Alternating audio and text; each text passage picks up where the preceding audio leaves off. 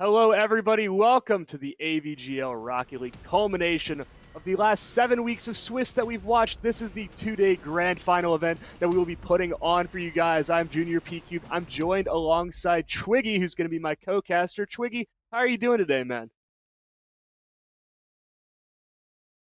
I'm doing great today. How are you doing, Junior? I'm really looking forward to this. It's going to be a good one. Going to be some fun matches. Going to have a good time. We've got our first matchup, which is starting off right now. We've got the University of Delaware versus the University of Michigan. It's going to be Grau, Vixa, and Rain versus Claven, Buddha, and Flamadittle on the side of University of Michigan. Delaware was Grau, Vixa, and Rain. Both these teams are 5-2 in the Swiss stage in terms of games. They're 17-10. University of Delaware 17-10, and University of Michigan they're 16-10. So these teams incredibly evenly locked. They're seeded both 16th and 17th in the first round of this matchup. We've got an incredibly close one right here. Who do you think is going to take this one? Honestly, coming into this one, I am completely unaware of the experience of both teams, but I think it's going to be a great little matchup. Both teams obviously coming into this one. It's one of the lower levels of Rocket League, but obviously Collegiate Rocket League can be incredibly competitive sometimes, and love to see the kind of gameplay that we see in these ones. So definitely interested to see who's going to win this one. Yeah, this is some of the best collegiate action that we can ask for. Again, like I said earlier, all of these teams have gone through 7 weeks of a Swiss-style tournament to seed themselves, and the top 32 of them have made it to this final double elimination bracket run, and Delaware and Michigan, again, are going to be our first matchup. I think it's going to be a fun one. I've watched a little bit of both of these teams played. I've seen Claven play a little bit for Parabellum in the RLCS, or the lower tier of RLCS. But it's going to be a fun one. I mean, once you get up to this level, all of the teams really can play around generally the same level. It really comes down to confidence, who wants it more, and just general consistency, especially since through these 7 weeks we've seen the Swiss. And now it's the double elimination bracket, 2 lives left in this tournament to see who can take home the $1,200 grand prize at the end of it.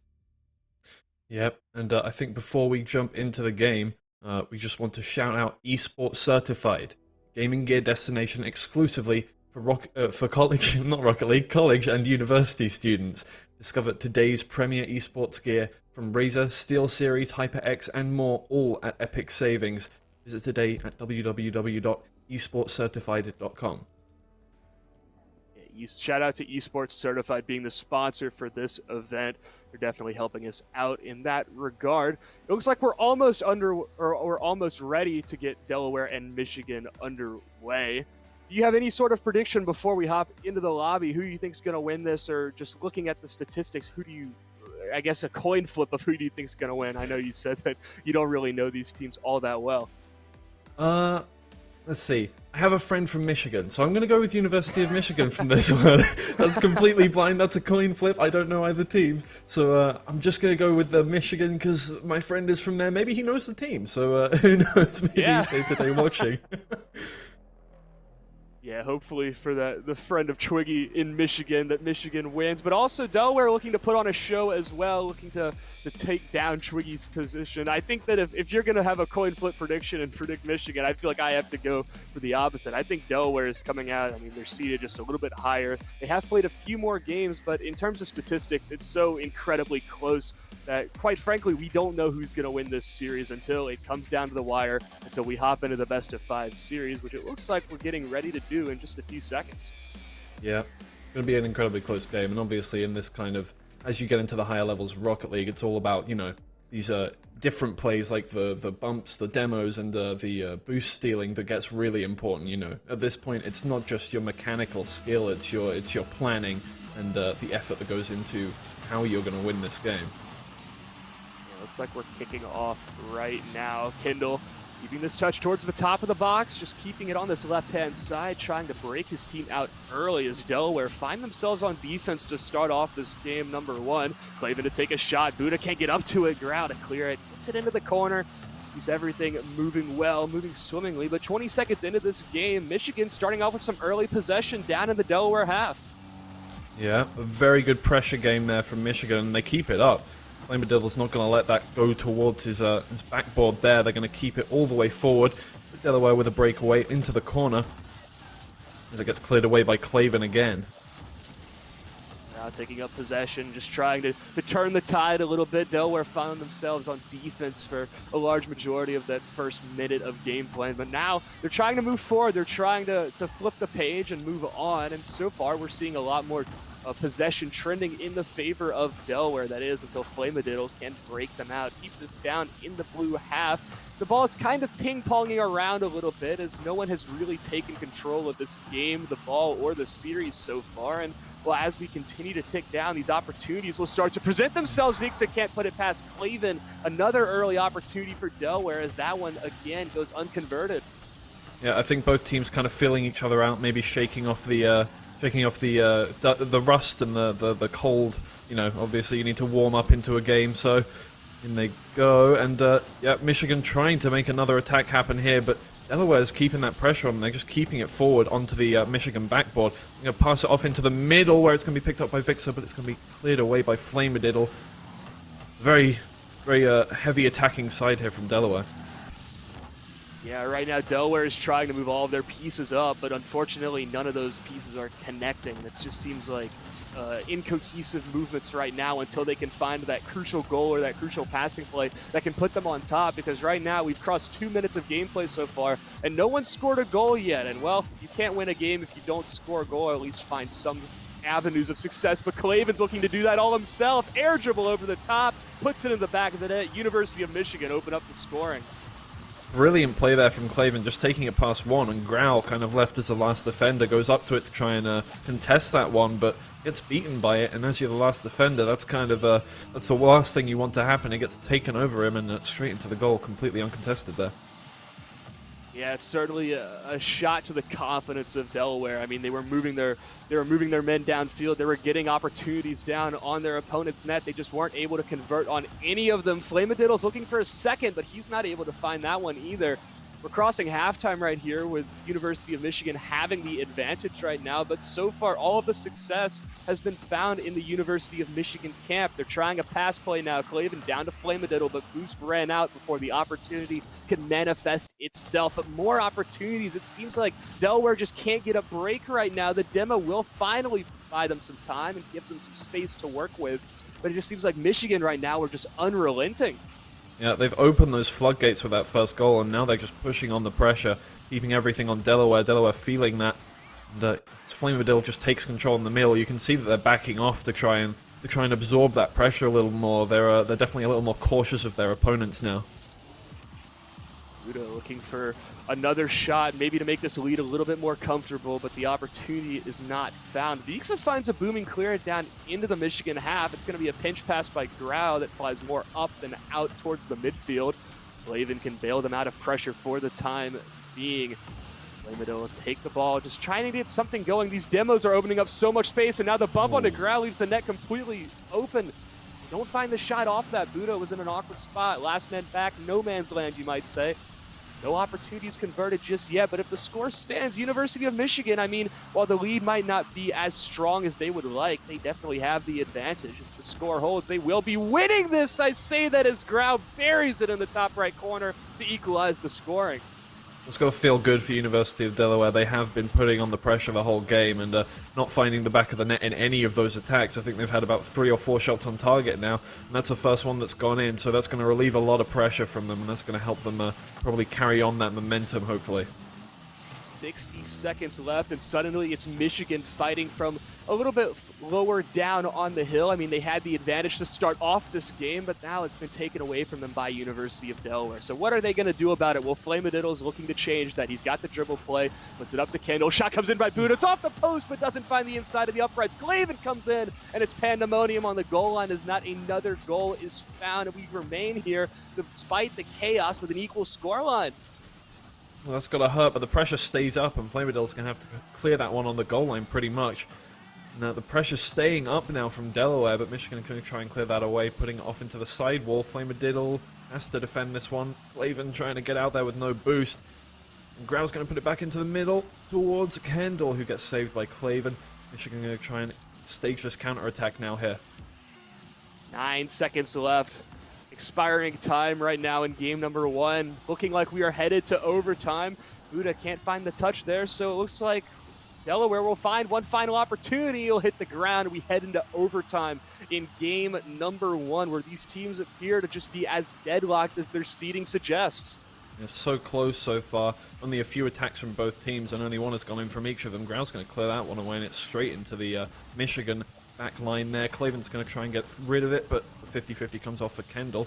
Buddha's going to have to try and clear that one again.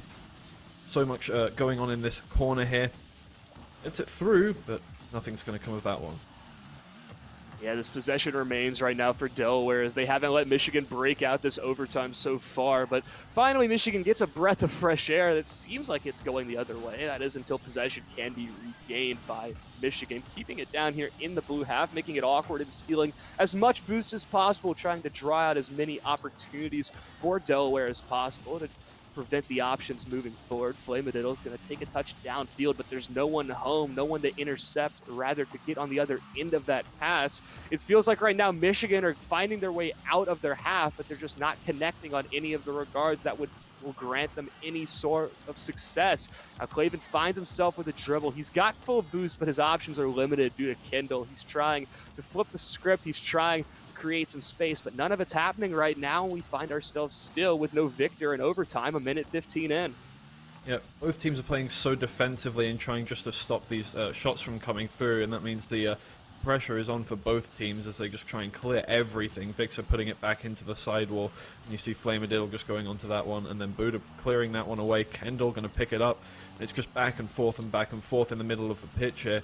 So they each try and just break through each other's defenses. Yeah, it looks like they're still feeling each other out, but that demo is going to be aggressive from Claven. Pass is going to fly towards the top of the box. Buddha can't get on the end of it. Can Claven score? No, he can't. The possession will be kept. The touch backwards should alleviate some of the counterattack opportunities. None manifest themselves so far. Coming towards the backboard once again. Buddha's touch. He runs out of boost before he can find the pass out center, but this possession remains. Claven's up for it, but Grau and Vix a double commit. This could open up a lot of space for Michigan right now if they can capitalize, but the problem isn't the opportunity. The problem is the lack of boost, and now Buddha finds himself in a 1v1, trying to make sure this pass doesn't come across. The demolitioner coming out of Claven right now. 5 demos found right now as this playstyle continues to get more and more aggressive and continue to heat up for Michigan. Both teams are really turning up the pressure now and trying to make more attacking plays happen. Maybe they're tired of being in this deadlock for 2.5 minutes now, and as Vix is going to clear that one safely away, Grau's going to try and get on the end of it, actually puts it into the corner. Vix is going to go for the demo. Kendall trying to put it into the middle, gets it through 1 and 2. It's almost dead in the middle, but nobody can find the shot on the end of it, so it's going to be cleared away by Michigan. Claven going to put it onto the backboard. Nobody's going to be found on that one. Kendall's going to clear it away off that. Yeah, another shot rains in. Vixa keeps it away. He finds the Savior medal 3 minutes into overtime, and he'll start up some possession in his corner, at least try to, before it's immediately taken down by Claven. Right now, it just feels like somebody's going to score soon, and Flamadiddle's going to be the one to increase the score count and give, well, Michigan a Game 1 victory. Yeah, it's so difficult sometimes to get those balls off of the curved edge of the wall there, and Grau just tries to clear that one away, but he finds himself flipping in the middle of the egg just above the ball, and unfortunate as Flamadiddle is just able to take it past and tap it into the back of the net. So good from Michigan to take that first game. Definitely a difficult game for both teams, so impressive from them to break the deadlock and finish that one off.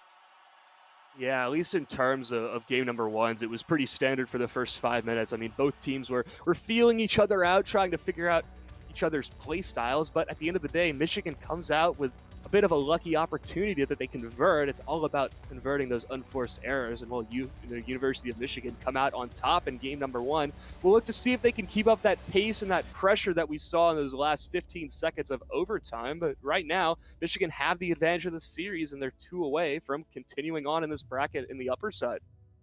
Yeah, absolutely, and yeah, that's going to be pretty painful for Delaware there, as for the first like half of the of regular time there, for the first 2.5-3 minutes, they were keeping the pressure on, and they were actually doing really well. That first goal against them was very unfortunate for them, but they were actually doing so well to just keep up pressure and stop Michigan from going anywhere. But then as the grip loosened in overtime, you know, going on for a game that long without any pauses can be very tough on a team to keep up the pressure that they were keeping on earlier in the game. So just breaking through the defenses, and one error is all it takes really to close out that match. Yeah, it came down to one mistake towards the very end of the game that sealed the fate for Delaware in game number 1. But now the clock's reset, and so has the score, and the opportunities are coming back. First 10 seconds, we already see some possession for the University of Michigan. Just working the ball down the field. Buddha's going to take a shot, but he doesn't find it. It's stopped by Vixa right on the goal line. It's still floating right above the blue net right now as, well, Delaware struggle to break out of their own half as Buddha continues to apply this pressure with no sense of remorse, not wanting to let up whatsoever. They're looking to continue on with game number 2 with the same sorts of momentum that we saw in game number 1. Yeah, absolutely. You saw a little interesting play there coming out from Claven as he immediately went for the bump off of passing it into the middle. Nobody was there to finish off the goal, but the attacking plays are definitely coming out already, and it's indicative of the kind of play style that we saw from Michigan towards the end of that last game. As Delaware trying just kind of break this deadlock and push it through. Delaware's not going to let that happen this time, maybe not wanting the same result to happen with that first goal opening for Michigan last game. Yeah, we're seeing both of these teams step up more as a unit now in this first minute of game number 2, and it's to much success seeing opportunities for both Delaware and Michigan down the field. But right now the score still remains 0-0. No one's capitalized just yet, but it is, I guess, encouraging to see the bump plays coming out. Buddha nets the first one for Michigan. Yeah, I thought that was just going to be a passing play there from Buddha as he puts it down with low power, but in flies Claven there to get the bump on the goalkeeper and just completely wipe him out. Absolutely no shot of saving that one. That's going to go straight in. Brilliant play from Michigan. Michigan start off with forcing an error out of Delaware, making sure the bump, it's so hard to defend whenever it's an aerial bump in that manner. In the first 90 seconds, Michigan, they find themselves that advantage, and they're certainly feeling good, but if you're Delaware, that's got to be a shot to the heart. I mean, that's the worst way to get scored on, is getting bumped out of the way of potentially making the save, but they still have time to go. There's still plenty of time for Delaware to break back into this game and work forward and maybe equalize like we saw in game number 1. Kendall's challenge right towards the top of the attacking third means that possession can begin for Delaware, that is, until they almost all of them get demolished off the field and their space. Whatever they had gained is completely lost. Flamadiddle's clear is a whiff by Kendall. They struggle to break the ball out. Delaware seemingly absolutely shocked by that last goal, and we haven't seen them bounce back just yet. No, not yet. Delaware are trying to get things happening, but all they're doing right now is just keeping it out of their half. You know, these long clears that Michigan are easily able to pick up and turn into passing plays, and Grau's going to have to do that one again. It bounces awkwardly off of the corner there, but he's going to be able to clear that quite easily. Pushes it forward. The 50-50 comes out. Favorable for Vic, so tries to get the double touch, but it's a little weak, and Flamadill's going to be able to touch that one away. It's cleared away eventually. Grau taking it up, trying to continue this momentum that they've got. They forced out the double commit on the goal line, which can eventually domino effect into a goal, but they're not able to capitalize on that opportunity. They end up giving away whatever control they had. It's a touch off the crossbar, but Vixa, his rotation immaculate, manages to get off the crossbar, get the save that's needed. But the possession, the onslaught, not stopped just yet. Flamadiddle takes the shot and buries it in the bottom corner. 2-0 for Michigan here at 2 minutes left. Flamadiddle was already ready for that one, jumps up immediately, and Kendall's just not there in time. Obviously, both players going up for it at pretty much the same time, but Flamadiddle's just got that height, and the quick aerial just touches it straight down with a lot of power, and that's a great goal. Claven looking to make it a third right now, going for the ceiling shot, looking for something, but no, doesn't have the right takeoff to be able to get up for that. Grau is in an awkward position. Buddha looks for the dunk, but none found. Possession alleviated right now for Delaware as they're trying to find their first here in this game to at least start the comeback moving forward. And well, right now they haven't found the goal. You can't come back if you don't score.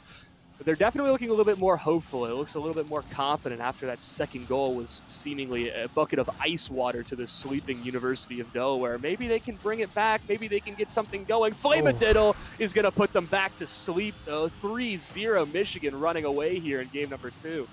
Yeah, losing possession quickly there on the side wall, and it's just it's a classic little infield pass off of the back wall. So quick, and there's so little you can do about that when the shot comes out so quickly, and there's just no time to react. And the kickoff also going in favor of Michigan. It looks like a little bit of an unforced error out of Delaware. So far, not the best scoreline, but I think if you're Delaware moving forward, I think that you might have to recognize that this game, while there is still time to come back with the way that Michigan are playing right now, it's certainly not seeming likely. So how do you make changes moving forward? I think the first thing is giving away possession in their half. It's something that we've seen a couple times where just they've given away possession and then 1-2 touches maybe, and then they just immediately get scored on. It's why we find ourselves at this 3-0 scoreline. For Michigan, they're not making us ask a lot of questions, but Delaware certainly is, and it's going to be a matter of how they answer them and how quickly they can move forward, fix some of the mistakes that they've been making that determines the outcome of this series. Yeah, it's mostly really just a game of mistakes right now. Michigan have made so little mistakes, and Delaware have just, although they haven't made a lot of mistakes, it's just been these tiny little things that have given Michigan the upper hand, and Delaware almost getting that shot off, but nobody's going to find it in the end as Kendall tries to put it back in, but everybody's kind of ready for this, being able to clear it away very slightly. Vixen puts it back forward, tries to get the little touch over, but Flamadill's ready for that shot, clears it away nicely, and Michigan just trying to keep up this pressure that they've put on earlier, and that's just a little pass off the backboard, and Buddha's going to finish that one off, nail in the coffin, that fourth goal with 8 seconds left in the game. Yeah, all chances of coming back absolutely shot after that fourth goal from Buddha. It's not even that near, like, mechanically impressive of a shot, but it's a fourth goal, and it's certainly going to boost the confidence of Michigan. We talked about the questions that need to be answered for Delaware. They haven't found a goal in game number 2, but also we got to talk about the University of Michigan, who has played nearly a flawless game, like you've been talking about, how it's a game of errors, and Michigan is making fewer of them right now. Michigan esports are looking primed to go into a sweep territory right now. Rather, they are in sweep territory, and they're looking to take this series in 3. Yeah, absolutely. Michigan have just played a almost flawless game. They've only conceded 1 goal so far compared to the 6 conceded by Delaware, and it's not like Delaware have been making any big mistakes. They haven't done anything terribly wrong. It's just these tiny little things that do add up, especially when you're in control in your corner. You have to get it away as quickly as you can, and if you miss that touch or you lose that 50, you can so easily just give away control that you need. When you're defending a ball, you really need to make sure you're not making those tiny mistakes to give away possession.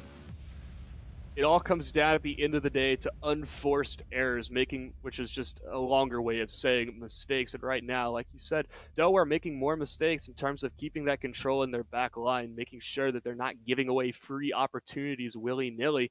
Right now, University of Michigan, they are on fire, and that's shown through the 4 goals scored in game number 2. But as we hop into game number 3, I mean, Delaware, if they're going to get started, they're all out of options right now. It's looking like that if Michigan can keep up this pressure, keep up this pace, it's going to be a 3-0 sweep. But Delaware certainly don't want to go out in just 3 short games of Rocket League. Yeah, this little break between games may be a little opportunity to break up the momentum that Michigan have really piled on. They've scored 5 goals in a row now over 2 games. And they've just got that, we saw there were so many, they were going for ceiling shots at the back of that game. You can see they're already going for them at the start of this game, and they're really feeling themselves coming into this one. They know they've won these 2 games. They just want to finish this last one off now. Yeah, passing play down to Buddha. That one doesn't find the inside of the uprights so far, but we're seeing Delaware step up. They're going to find an early goal off the back of a wing side pass play. 30 seconds in, and Delaware already striking back. Yeah, that's more like what you want there from Delaware. Michigan may be underestimating them coming into this one because that was a bit of a double commit coming forward there, and there was nobody to defend that one. Just a brilliant pass off of their own backboard straight into the attacking arms there to get that first goal. Are looking for a ceiling shot again. It just looks like all of the confidence has come back in spades right now for the University of Delaware as they're going for these aerial challenges down in the Michigan half, and right now they're playing incredibly strong. It's another infield pass. The shot almost finds it. Grau can't put it in. Would have been the highlight of the day so far. But 45 seconds in, it just seems like Delaware is playing with newfound confidence, newfound speed that we haven't seen before. As another touch off the crossbar as Delaware scramble a little bit more, but they come out unscathed by the end of it. First minute of the game, a complete difference to what we saw out of Delaware in the first 2 games. Both teams have really abandoned their defensive plays, opting instead just to go for these goals now. And you can see both teams are absolutely just sending men towards the ball to try and get these quick goals. And it's opened up the goal lines for all of these shots that have already come through in the first minute and a half now. But as Delaware try and clear this one away, it's just going to find Michigan's... although that awkward bounce is going to force Flamadil to have a little aerial, try and get it over somebody, but Grau's going to put it back in the middle. Nobody's there to clear that one away. Flamadil looking to equalize the scoreline, looking for an ambitious double tap, but it's not found. The simpler shot by Buddha almost finds its way into the back of the net, but no, saved by Vixa, who is playing so far a pretty strong game right now, finding a goal, just putting on their first save, and while the continuing this pressure is Michigan as they're trying to equalize this scoreline. It's incredibly awkward. Buddha's got an open net to shoot at as Grau can't jump up in time, and the scoreline equalizes. Michigan begin to wake back up. Grau, a deer in the headlights, left over there in the goal line, just fallen down and trying to get back into position for the shot. Almost gets in front of that one, actually, but too far back in the goal from that, it's hard to recover from that kind of thing. And, yeah, just a good continued pressure there from Michigan to get that first goal back for themselves.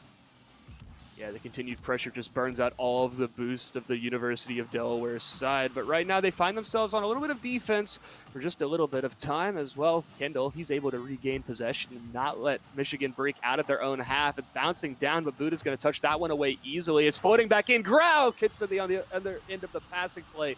2-1 as they retake the advantage.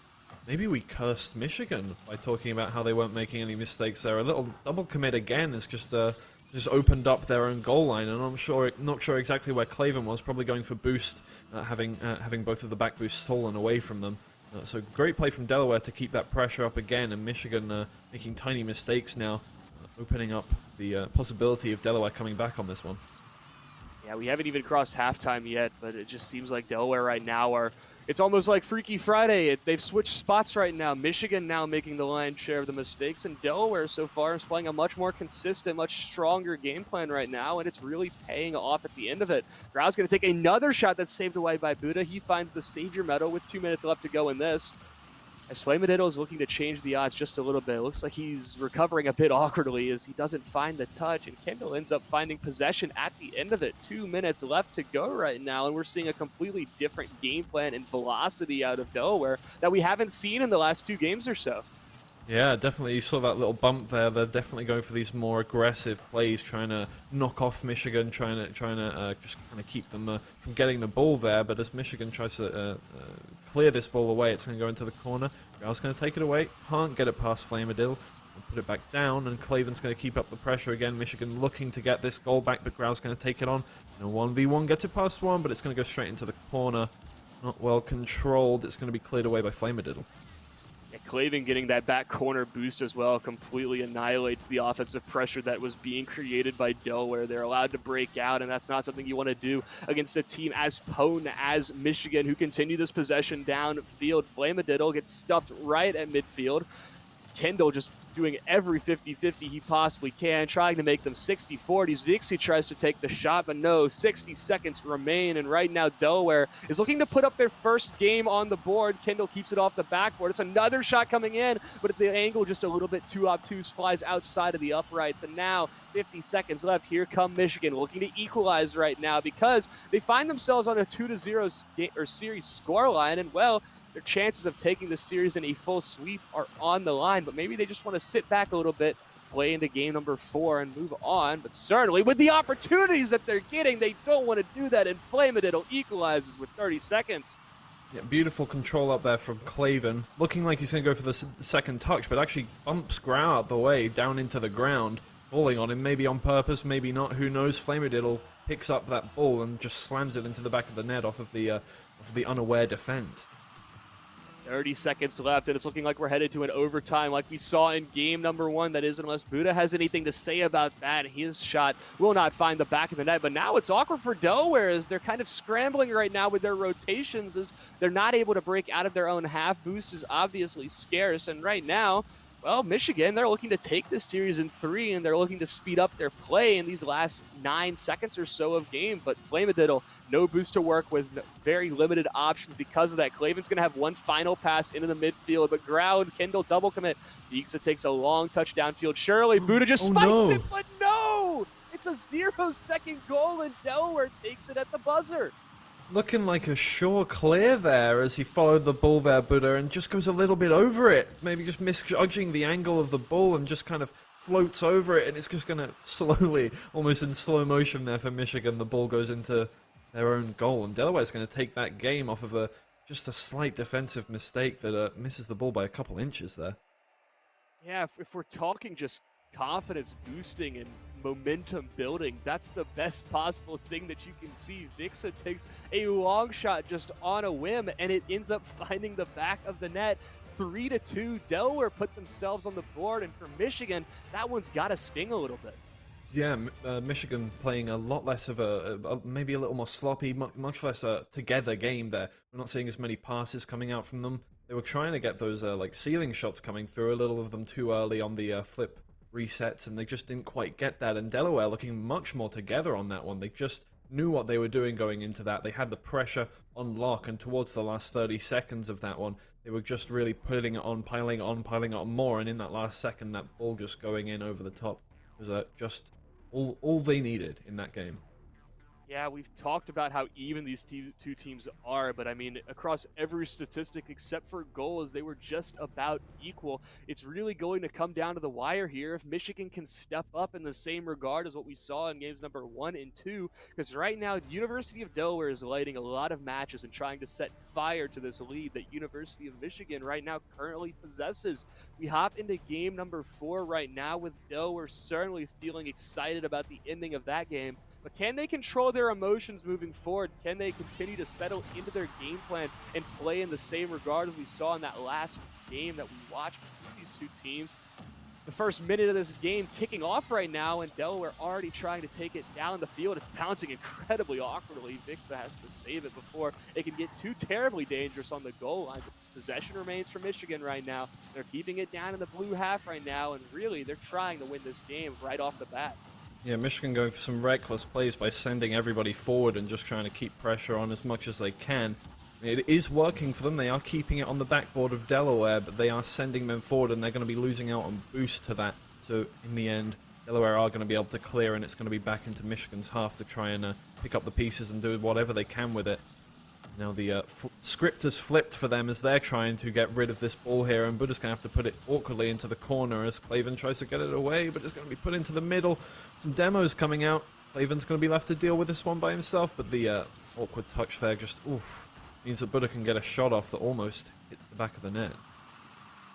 Yeah, some back and forth right now in the early part of this game, but it's an awkward touch by Vixa. He'll get demoed for it, but it puts the ball freely into the orange half. Kendall's jumping up for it, looking for the touch in, but the angle, again, awkward, not able to find that one. Flamadiddle will find the touch to just make the breathing a little bit safer right now, give his teammates some time to rotate back to prepare for this next shot that's going to come in. But right now, Delaware, they're not letting it up just yet. They're continuing to put their foot on the gas. They're controlling the ball down in their opponent's half better than they could ever ask for right now. And, well, 90 seconds in, and while Flamadiddle is breaking them out, so far all of the control has been in favor of Delaware right now. Flamadiddle's shot tucked away by Kendall keeps it in the corner with ease, as now Michigan's starting to heat up a little bit.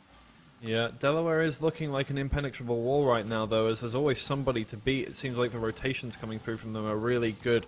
Whenever Michigan gets the ball, it seems like there's always one or two people back for Delaware and being able to stop anything from happening. A lot of the time not even getting past the halfway line, but that's an awkward pinch that's going to come down right in front of the goal. Kendall's going to be hard-pressed to deal with that one. The shots coming through and the demos coming through. It's going to come out in Delaware's favor, interestingly. He flicks it over, but he's not going to find the net on that one. Kendall's going to put it up onto the wall and try and get it away, but Clavin's going to clear it. Going for the ceiling shot. It's going to be stopped by Vixa there. So far, midfield boost control being a staple of both of these teams' success as Grau finds himself with space, but he doesn't have living privileges right now. He gets demoed before he can take a better shot. Flamadiddle's touch just keeps it in the corner. Right now, it seems like both of these teams are, in a way, hitting the panic button and just trying not to concede the first mistake, scrambling on their defensive rotations. Clavin's going to have a ground pin shot, but Grau reads it all the way in. Flamadiddle can't find the touch as well. The 50 doesn't go in his favor, but possession it remains. The shot comes in. It's low, and Buddha's found the first. Yeah, when we talk about a quick game, sometimes, most of the time we're meaning like, the players are so good that all of the movements are fluid and everything's coming through so quickly, they're moving quickly, but in this one it feels frantic, everybody's just trying to grasp at their goal and try and dig their nails into this match. And Michigan finally have come away with a bit of a scrappy goal there, pinching it off the ground. Flamadill's going to try and run away with that momentum and get it over, but Vix is going to stop that one from happening. But Claven's going to put it up in the air, and it falls down to Buddha, but Grau's just up in time to clear that one away. The best time to score an equalizing goal is right after your opponents have scored on you, because that's when they're feeling comfortable. They've taken the lead, and now it's a matter of mentality for the University of Delaware and trying to work their way back into this game. That opportunity right after goal seemingly has expired, but they continue on with possession. They do have control. Down in their opponent's half, Kindle, almost a solo play, but Grau takes it away. Great bump, great pass, 1-1. Good mind games there from Kendall to stop the clearance coming out to begin with. Maybe like opting not to go with the 50-50, just stopping and faking the shot, and then goes forward, and his teammates are already there to make sure that he has a clear goal to score on. Brilliant bumping play to get that back. Yeah, 90 seconds remaining. We find ourselves with an equal scoreline, with Delaware coming back into their own and continuing to play strong and fight back. They found the equalizer. They've done the hard part. Now they've just got to find one more to take us out of this regular game number 4 and into potentially a game number 5. But the demo by Claven opens up the entire net to shoot at, like shooting fish in a barrel. Buddha's found a second. Yeah, wow, the Delaware lineup just kind of lined up for them there, and Vix, the only one back, the only one alive, was on the halfway line, had to scramble back to try and get back to that one, but they've got enough time to just score that quite easily. Those two demos coming out are massive for Michigan, and they are going to try and run away with this one now. Grau's going to keep up that pressure, though. It's going to fall right down in front of the goal. Flamadil has to get that one away, but Grau's going to try and get it back. It's just going to be cleared away off of a pinch now, and it's going to slow down in the middle. As Delaware try and get their feet back on the ground in this game. Yeah, 50 seconds left for Michigan to for Delaware to equalize. I'm sorry, and put us into a game number 5. Right now, Michigan making fewer mistakes. We're seeing them play a little bit more of their game plan that we saw in games number 1 and 2. It's going to come down to just who wants it more now, because right now there are 30 seconds remaining on the clock. And well, Delaware is the ones having to fight from the bottom of the hill. And well, quite frankly, Michigan have the high ground right now. 20 seconds left to play in the upper bracket life of Delaware, unless they can find an equalizer soon. It's a pass out to Kindle, immediately intercepted by Buddha, as he'll touch it out, but he'll get stuffed by Vix. So this ball doesn't leave the orange half. It's a positive for Delaware, but the negative is no goal found. Claven takes a long shot. Kindle can clear it off, keep it in the corner, as Michigan are looking to keep the pressure on, not give any space over to Delaware. They saw how they lost in game number 3 or game number 4, and now they're not going to give any space over, but they keep the ball up. Delaware's coming in. It's a flick shot, but no. Can Grau get to it in time? No, the ball will hit the ground. University of Michigan will be taking this series in 4. Absolutely brilliant there from Michigan, taking those 3 games to 1. And yeah, to begin with, that game was looking frantic and, kind of quick. But Michigan slowing it down after they got that second goal to try and just close that one out. They did make that mistake in the last game where they gave away the game to playing a bit too aggressively, maybe being a bit too excited going into the last few seconds of the game. In that one, they wanted to slow things down and just bring everyone back, and there were actually 3 defenders already. And Delaware just facing that brick wall, couldn't get it past in the last few seconds.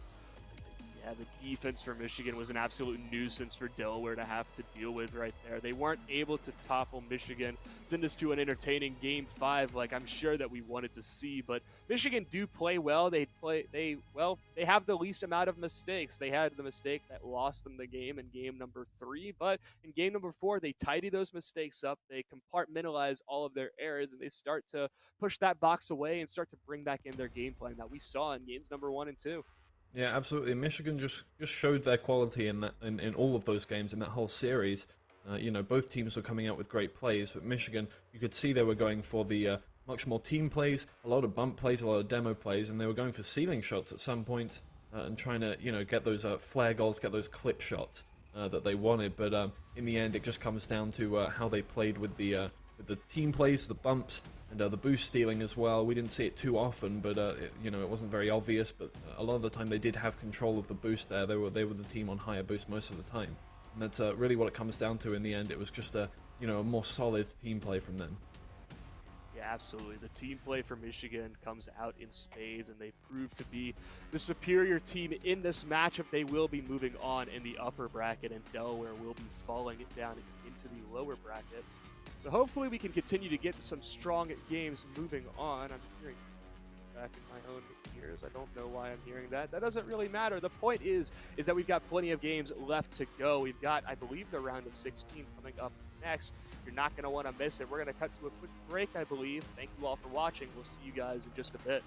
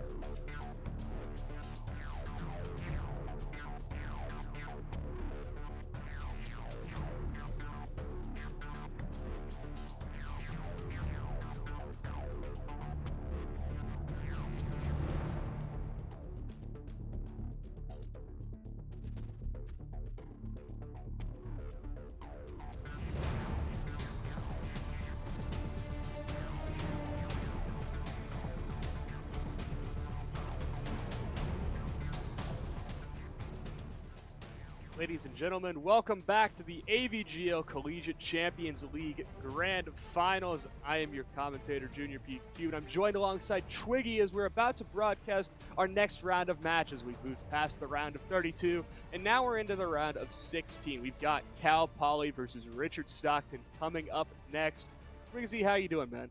I'm good. I'm great. I'm really looking forward to this next game. Obviously, both teams actually coming into this one beat their respective opponents 3-0. Cal Poly beat the Rowan Profs 3-0, and Richard Stockton College got a 3-0 victory against FSU Garnet. Quite a high seed, actually, so very good with decisive wins coming into this round, so I'm excited to see how they play this one. Yeah, I know Fisher on FSU or Garnet, and that is not an easy matchup to win. So both these teams are coming in feeling incredibly confident. I mean, they're swinging in and they're looking good. They're ready to get underway as soon as possible. Looks like we've already got the match going on right now as well.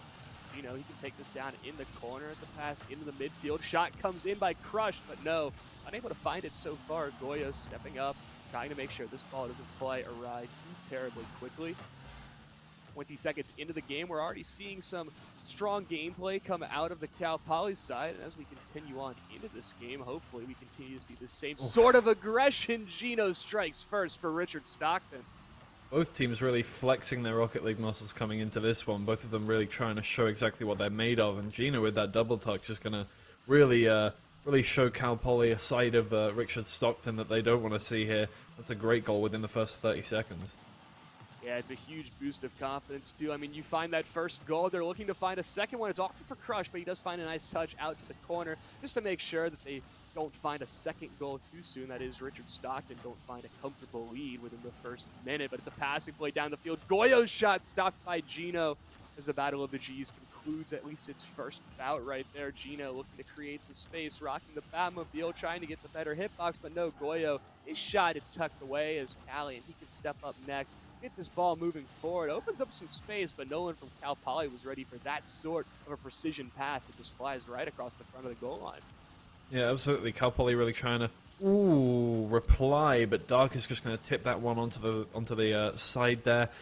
And, the pressure comes back out from Richard Stockton, but Cal Poly are really looking to put this back into a level pegging game. The Crush tries to clear it away. Callian's going to take that from him, but the double play here, the demo comes out, everything's stopping, it's flown up into the air, it's going to get put onto the backboard by Goyo, but it's pushed away by Gino. Dark's going to try and get that one as far away as possible, try and relieve some pressure from those guys. Gino stepping up, trying to break his team out, just trying to find a second goal right here as he will pass it out middle, but it's still awkward as it pinches out right to the bumper of Goyo. Ooh. But it's a long shot by Dark. Can Callian get back in time? He takes the right angle. He gets bumped off. It's chaos, but it means that he gets the save anyways. Crush manages to find the demo to prevent the immediate counterattack. Gino can keep up his possession right here around that midfield line. Dark's the next one to step up, air dribbling through the sky, trying to be Superman, trying to be the hero, but no, doesn't find that second one too quickly. Right now, Cal Poly seem like they're on their back foot for a large portion of this game right now, and right before we cross halftime, you've got to start being a little bit more aggressive if you want to get back into this game number one. Yeah, absolutely. Richard Stockton are really putting it up to 11 going into this one, and they don't want to let Cal Poly even get into the game whatsoever. You can see these quick responses coming out from Richard Stockton every time Cal Poly gets an attack on, and they're keeping it all the way in the Cal Poly half, and whenever they're not, they're keeping it out of their own goal. But Cal Poly trying to put on some pressure now. Callian goes on for a shot, but Gino's going to push that one all the way out. It's flown up into the air for Dark to put onto the backboard. Awkwardly flies up into the air again, and Dark tries to get on it, but it's going to be punched down in the middle. A 50-50 comes out. Dark's really just trying to put as much pressure on this ball as possible. He's been on this one for a good 10 seconds now. Yeah, Cal Poly just have been unable to break out so far. I mean, they've had moments of breaking out, but it hasn't been consistent pressure like we've seen earlier. It's a beautiful save by Crush to prevent Gino from finding that second, more comfortable goal right there. Goyo's going to look to work the ball down the field, but the midfield boost control right now out of Richard Stockton is incredible. They're not giving Cal Poly any momentum to move forward to get opportunities downfield, thanks to the fact that they can't go nearly as fast as they would like to. Yeah, and even though Cal Poly are putting on these demos, they're trying to get this ball all the way forward. They've been getting some balls onto the backboard. They're not quite able to convert any of this. You know, they're not able to put as many people on the attack as they'd like because of the pressure from Richard Stockton. They know at any point the ball could float down into their own half, and now they have to deal with that one. But that's going to fall awkwardly into the middle. Nobody's there to take the shot quite early enough. It's just scrambling around from Cal Poly trying to get anything out of that one, but nothing's going to happen.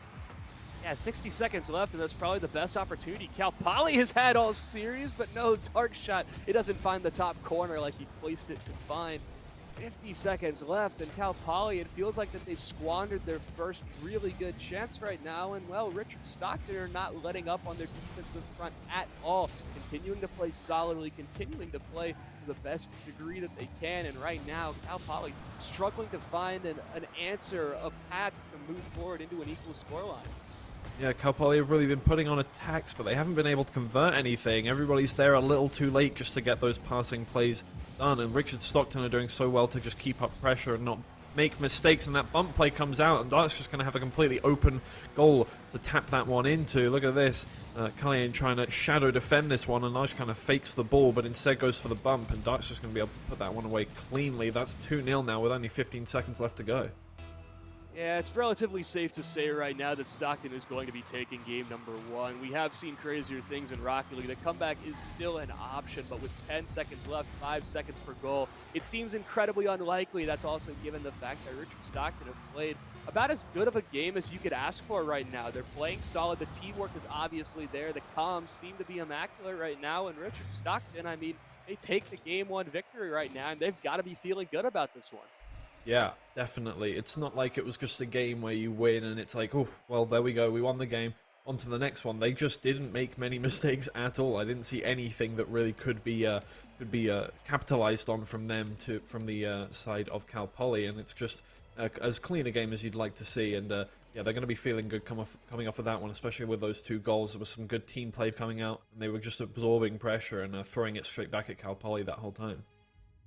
Absolutely. 9 total shots coming out of Richard Stockton. Compare that to, I believe, the 4 or 5 total that Cal Poly found. If you take more shots, you're naturally going to find more goals. And when you're on offense more, you create more opportunities. One thing that I definitely want to see Cal Poly to work out in game number 2 is just their offensive presence on the pitch. They're not really showing many opportunities, and when they finally do get these opportunities, it feels like they just kind of give them away, or they don't get as strong of a shot as they would like.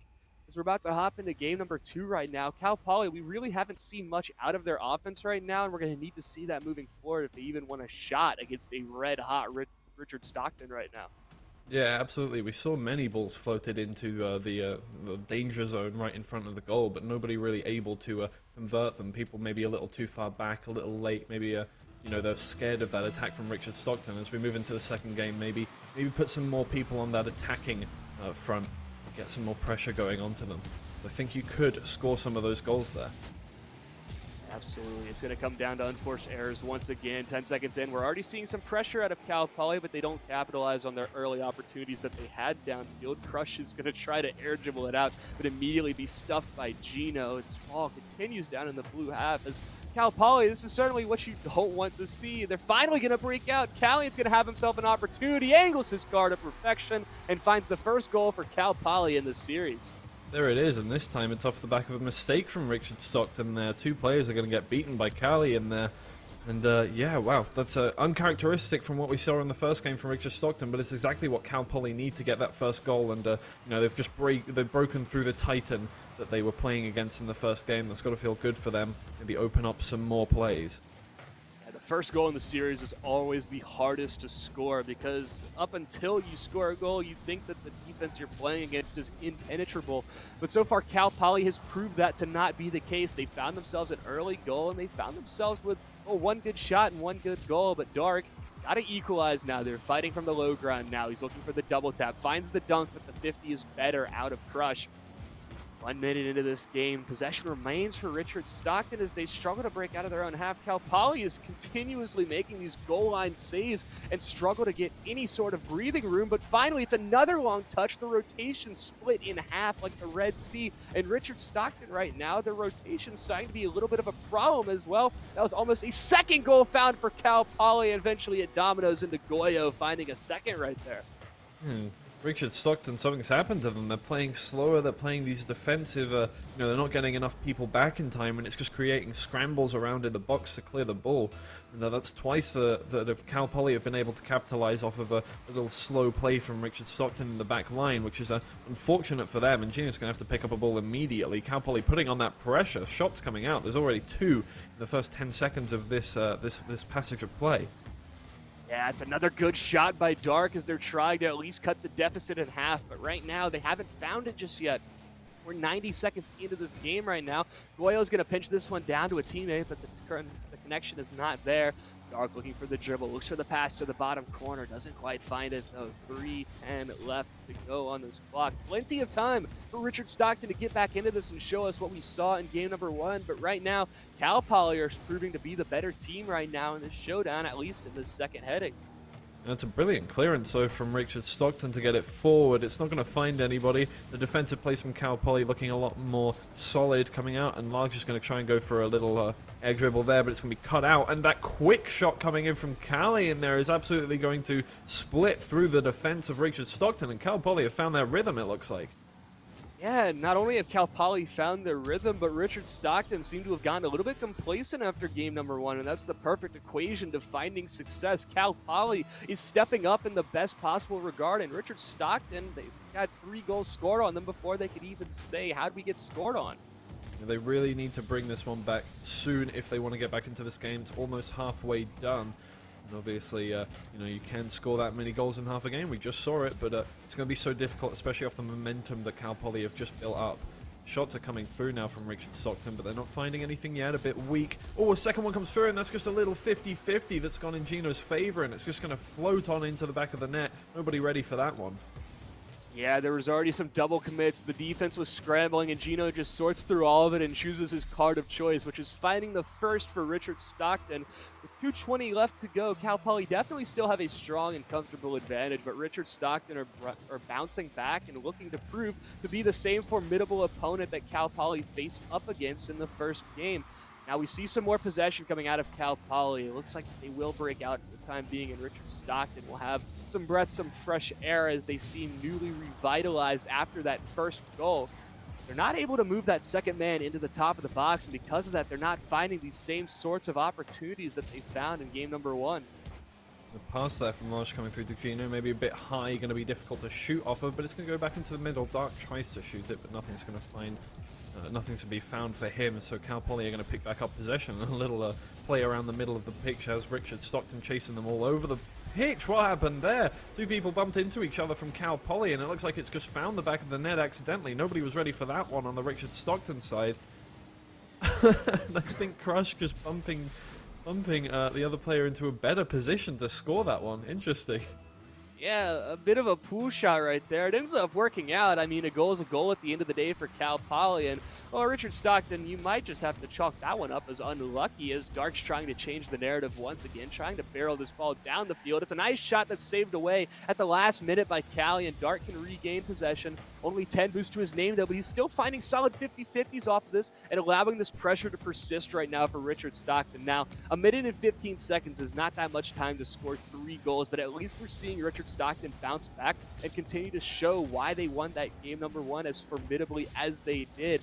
About to hit that 60-second mark, though. Cal Poly continued to have played strong in this early game, and they continued that momentum on into the late game with 60 seconds left. Cal Poly, the favorites right now to take game number 2 and equalize the score at 1-0 or 1-1. And Goyo, his shot immediately taken away as he's looking to find a fifth as well. They're not slowing down at all.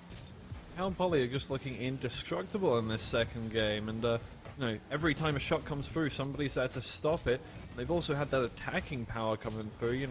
A few mistakes from Richard Stockton have just meant that they've opened up, and Cal Poly seem to be great at converting those little mistakes. As Cal Poly are just on the back foot trying to defend this one, they're not really under any pressure. There's only 25 seconds left, and they're 3 goals up.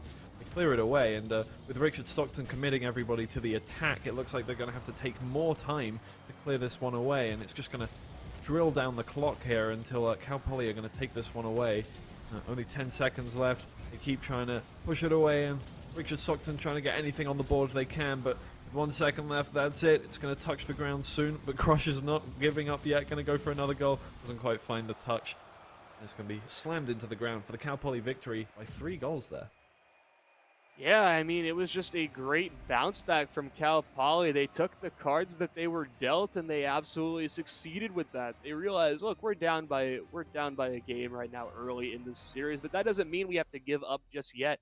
And that's exactly what we saw in this. We saw them play a lot more confidently, a lot more aggressive, and they really took the game plan to Richard Stockton and found a great game to equalize the series score off of. It's a great look moving forward for Cal Poly, but I think there are moments of brilliance out of Richard Stockton that we can look to and say, like, look, this team is just a little bit dormant right now. They've slowed down their game plan a little bit. They've become complacent given the state of their series score right now, but it looks like they're still in there. There's still hope for them to bounce back, but right now, if Cal Poly keeps shutting them down, it's not going to be a pretty sight if you're a Richard Stockton fan.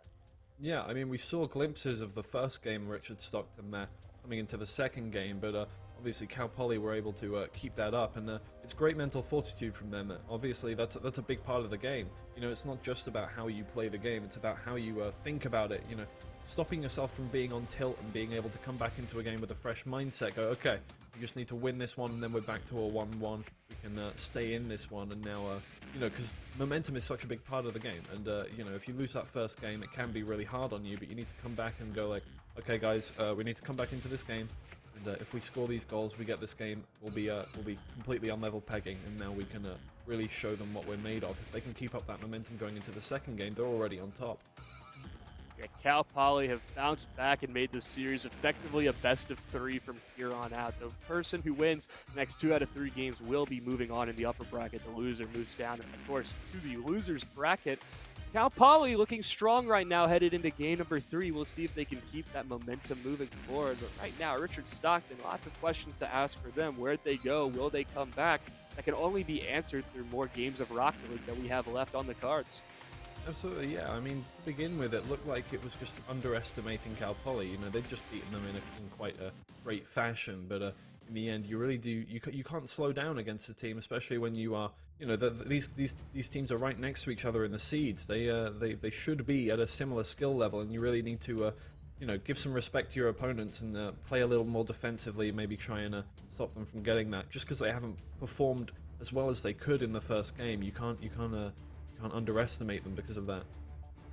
Yeah, absolutely. You cannot underestimate either two of these teams. We've seen the dangerousness of Richard Stockton in game number 1, and we've seen the energy come out of Cal Poly in game number 2.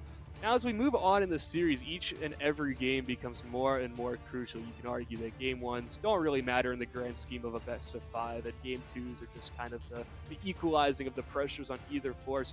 But as we move on in the series, each of these games becomes more and more important right now. And while the series is tied up at 1-1 and these teams are both deadlocked in terms of skill level, each of these games is going to have a little bit more weight to it. It's going to be a little bit harder to hold the loss if that ends up being the result for either of these teams. Cal Poly desperately needs a win here, I think, to take control of the series. And Richard Stockton have a lot to prove that they aren't just going to win odd number games. They aren't just going to show up for game 1 and be completely absent for the rest of the series. Both these teams have a lot to prove, and as we're looking to hop into game number 3 shortly, I mean, we've got a lot of game left, and hopefully we can see both these teams assert their gameplay, start to show their dominance on the pitch a little bit more, and control the game in the way that they want to. Yeah, absolutely. I mean, we saw even in the round of 32 where we had the fourth game coming out. You know, the fourth game looked so much more frenzied and so much more panicked from both teams than the first 3 games, because, you know, as you move forward, you are hit with the reality that, you know, one team is going to win in this game or the next, and you really need to try and push everything onto that ball. And you know, as you try and put more pressure on, it opens up your defense. You might have a better chance of scoring, which is exactly what you need. And obviously, Cal Poly did so well in that game to keep that pressure on. But Yeah, maybe Richard Stockton will be hard pressed to keep their mental in check coming into these next games as they realize now that they really need to keep up that defense that they didn't quite have in that second game. Yeah, absolutely. Cal Poly and Richard Stockton looking to take control of this series. Looks like we have a little bit of technical difficulties. Looks like we haven't started game number 3 just yet.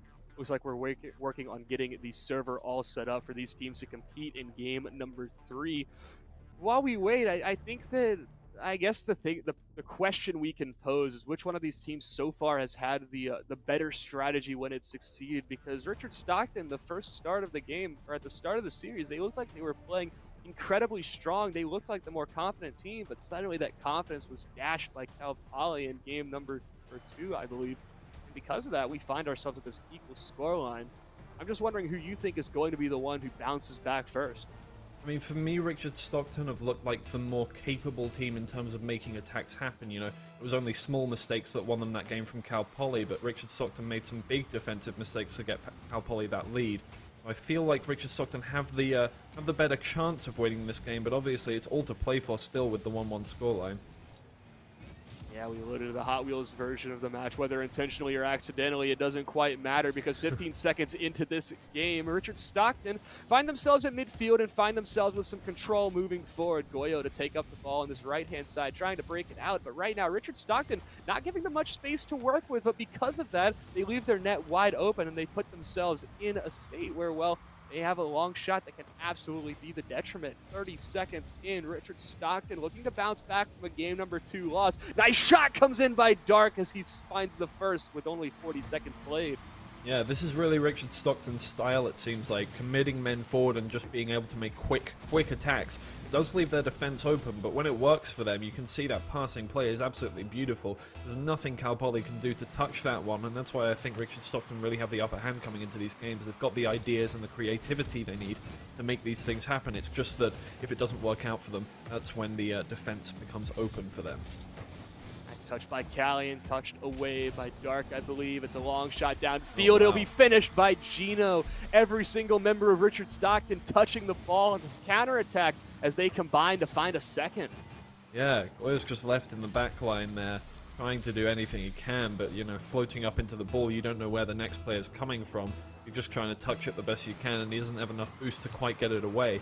So Richard Stockton keeping up that pressure is really good from them. They came into this game reinvigorated, it looks like, and they're putting another shot on target. It comes off the backboard, and they're going to have to clear that one away, but there's so much pressure coming out from Richard Stockton that Cal Poly can't get it out their own half. It's going to come off the backboard again and again and again. The shots keep coming out, but the 50-50 in the end comes out for Cal Poly, and it's going to be back into their corner where they can slow things down a little more. Seeing a lot more offensive pressure from Richard Stockton in this game. Maybe it's because Cal Poly is playing complacent, or maybe it's just because Richard Stockton has decided to speed up their game plan a little bit. 90 seconds in, it's a long shot downfield that Large certainly thought that one was going in, but no, doesn't find the back of the net. It'll be a great clear by Gino. Actually pinches off of a Cal Poly member before it can get saved by Goyo right here in the back corner. Time's ticking down, though, in Cal Poly. They had the answers to the Richard Stockton question in game number 2. We haven't seen that so far in game number 3 as Richard Stockton continue to bounce back, continue this lion's share of the possession down in their opponent's half, and are looking to take game number 3. It's really a game of a series of comeback plays from both teams here as they both try and come off of a loss and pick themselves up by the bootstraps to win the game. And Richard Stockton have done so well to put the pressure on immediately in this game and catch Cal Poly off guard after quite a less attacking game last time. They put it up into the air for Gino to try and score, but Crusher's going to 50-50 that one back up into the corner. And now they're on the back foot again, Cal Poly, as Richard Stockton keep putting passes together. Goya's going to have to touch that one up into the air, which is going to put it in a nice place for the Richard Stockton attack. Dark puts a weak shot on goal, which is going to be easily cleared away by Carlian. But yeah, Cal Poly still on the back foot. They still haven't got it out their half, and a shot comes through, just hits off the crossbar. It's so difficult for Cal Poly to do anything right here. They're being squeezed out, and the boost is going to be taken away from them over and over again as well. Yeah, it feels like also that Cal Poly are just kind of like overextending as much as they can, because really that's their only hope of finding any sort of the space, just praying that one of these challenges that they're a bit out of position for ends up working out and puts them in a more favorable spot moving forward. It's another bump play in the back of the net, but Goyo, he doesn't end up having to face the fear of a shot coming in. The final follow-up comes in, and Large takes a third for Richard Stockton, as they're starting to heat up, and their offensive pressure has been immaculate so far. Yeah, absolutely. The ball has not been in the Richard Stockton half for a good minute and a half so far. They've kept the pressure on so well. The rotations coming out to keep their boost filled up and keep everybody making 50-50s on the midway line to stop Cal Poly getting it anywhere near the Richard Stockton goal. But as I say that, Goya's going to try and put something over Richard Stockton goal with a little flip reset, putting it past one, but he saves his own player's shot. Crush trying to finish it off, and Goya's just left mid-air to save his own shot. That's a shame from them. They're going to feel the pressure of that one as they keep trying to make these attacks happen. Goyo puts it forward. Richard Stockton adapting to the defense just as well as they were to the attack here. Yeah, double demo 2 should open up some space, but the problem is that really Cal Poly committed all 3 members forward. They will find the result of this. Crush will net the first for Cal Poly. But right there, one thing that concerns me is that Cal Poly committed 3 members forward, and it took double demos to finally find the goal there. Yeah, absolutely. That is the way a lot of teams like to play the game, but Cal Poly have had to absolutely change up their play style and completely just go for full attack, getting demos and getting all of these like double and triple commits even, to try and even get any pressure to score a goal. And if it takes that much to score a goal with 1 minute left, and Richard Stockton are going to be adapting to that one to try and stop it from happening again. There's a double commit coming out from Cal Poly defense. They get in each other's way and a shot comes through. It's just saved on the goal line. Now it's scrambling again for Cal Poly, and if they can't relieve this pressure, then they're not going to be able to get enough players on the attack to keep that pressure up we saw from the first goal from them in this game. Yeah, Richard Stockton with a comfortable advantage right now, but Cal Poly looking to find a more reasonable approach to the Richard Stockton defense right now, and so far that's been unsuccessful. Dark finds his way down the field, whether by luck or by skill. Does well to keep possession now in the corner, trying to touch it over the final man, but Crush tucks it away. Make sure it can stay in the corner and alleviates the pressure, but it's only for a short amount of time as Gino takes another shot. It just feels like the Cal Poly members right now are jumping up and down on the goal line right now, just praying that maybe one of those shots will be saved by them. So far, Richard Stockton in these final 10 seconds have absolutely not let off the gas pedal whatsoever, and it's going to lead them forward into a Game 3 victory, put them on match point, and the pressure right now just seems a little bit daunting for Cal Poly to have to deal with. Yeah, absolutely. Cal Poly really only got one meaningful attack in this game, and as they try and keep it up in the air, maybe stat pad a little bit. It's just so it was so difficult for them to get it out of their half. I think maybe Richard Stockton, if we were looking at stats on possession and stuff like that, they probably had around 70% possession or something more than that. You know, they kept it in the Cal Poly half, and they just kept up the pressure over and over again. And when you get in the rhythm of just being able to slam shots back and forth onto their backboard, Cal Poly trying to soak up the pressure, it's so difficult for them to actually make anything of an attack when you're spending that many resources defending the ball from Richard Stockton's attacks. Yeah, absolutely. Richard Stockton leveling on 14 shots there against Cal Poly. Eventually, one of them is going to go in. Unfortunately for Richard Stockton, 3 of them were found. When you have that kind of an offensive pressure, of course, across the 5 minutes of games that we watch, I mean, that's so daunting for Cal Poly to have to step into. Now, the question is, they find themselves on match point right now. They put themselves in, well, not exactly the best scenario, but not the worst scenario. This is still a comebackable series. It's still a possibility, that's for sure. And with what we saw from Cal Poly at game number 2, it is certainly an option. But with what we saw out of Richard Stockton in game number 3, it just looks like they've really stepped up. They stopped playing complacent. They look like they're asserting their game plan on their opponents. Cal Poly, can be scary. One thing I can look to that can be kind of wary about Richard Stockton, though, is that they had a similar result in game number 1 and then dropped it in game number 2. So we'll see if they can only win odd number of games or if they're going to go on and win if they're even numbered game. But Richard Stockton play a great game number 3. They have a strong showing, and now Cal Poly, it's them who have to fight back and essentially put themselves in a watered-down version of a reverse sweep. Yeah, and we've seen that Richard Stockton can deal with the pressure of going with a full-on attacking play. You know, the first game they were going with a quite attacking play style, not putting much on defense, and this third game they've really gone all out with that play style. They're just sending everybody forward and keeping them in the Cal Poly half, put the pressure on, and when they found the rhythm of that, they were able to just keep putting attacks on, and Cal Poly just had to try and, you know, keep blocking shots, which was definitely difficult for them. But keeping that pressure on can be so difficult because you need to find the rhythm to begin with, and as we go into the next game, it's going to be difficult for them to maybe keep that up. We'll see what they do with it, though. Richard Stockton find themselves on defense. Goyo's shot hits off the crossbar to start off the series, or start off game number 4, I believe.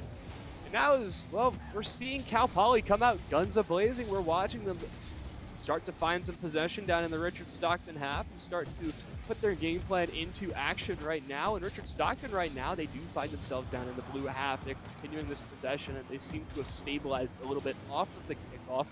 But right now, I mean, Cal Poly, they came out, they're looking to win this game. I mean, they kind of have to if they want to continue moving on in the winner's bracket. And right now, while Stockton, they continue to drive down the field, Cal Poly, we see a little bit more energy out of them than we saw in game number 3.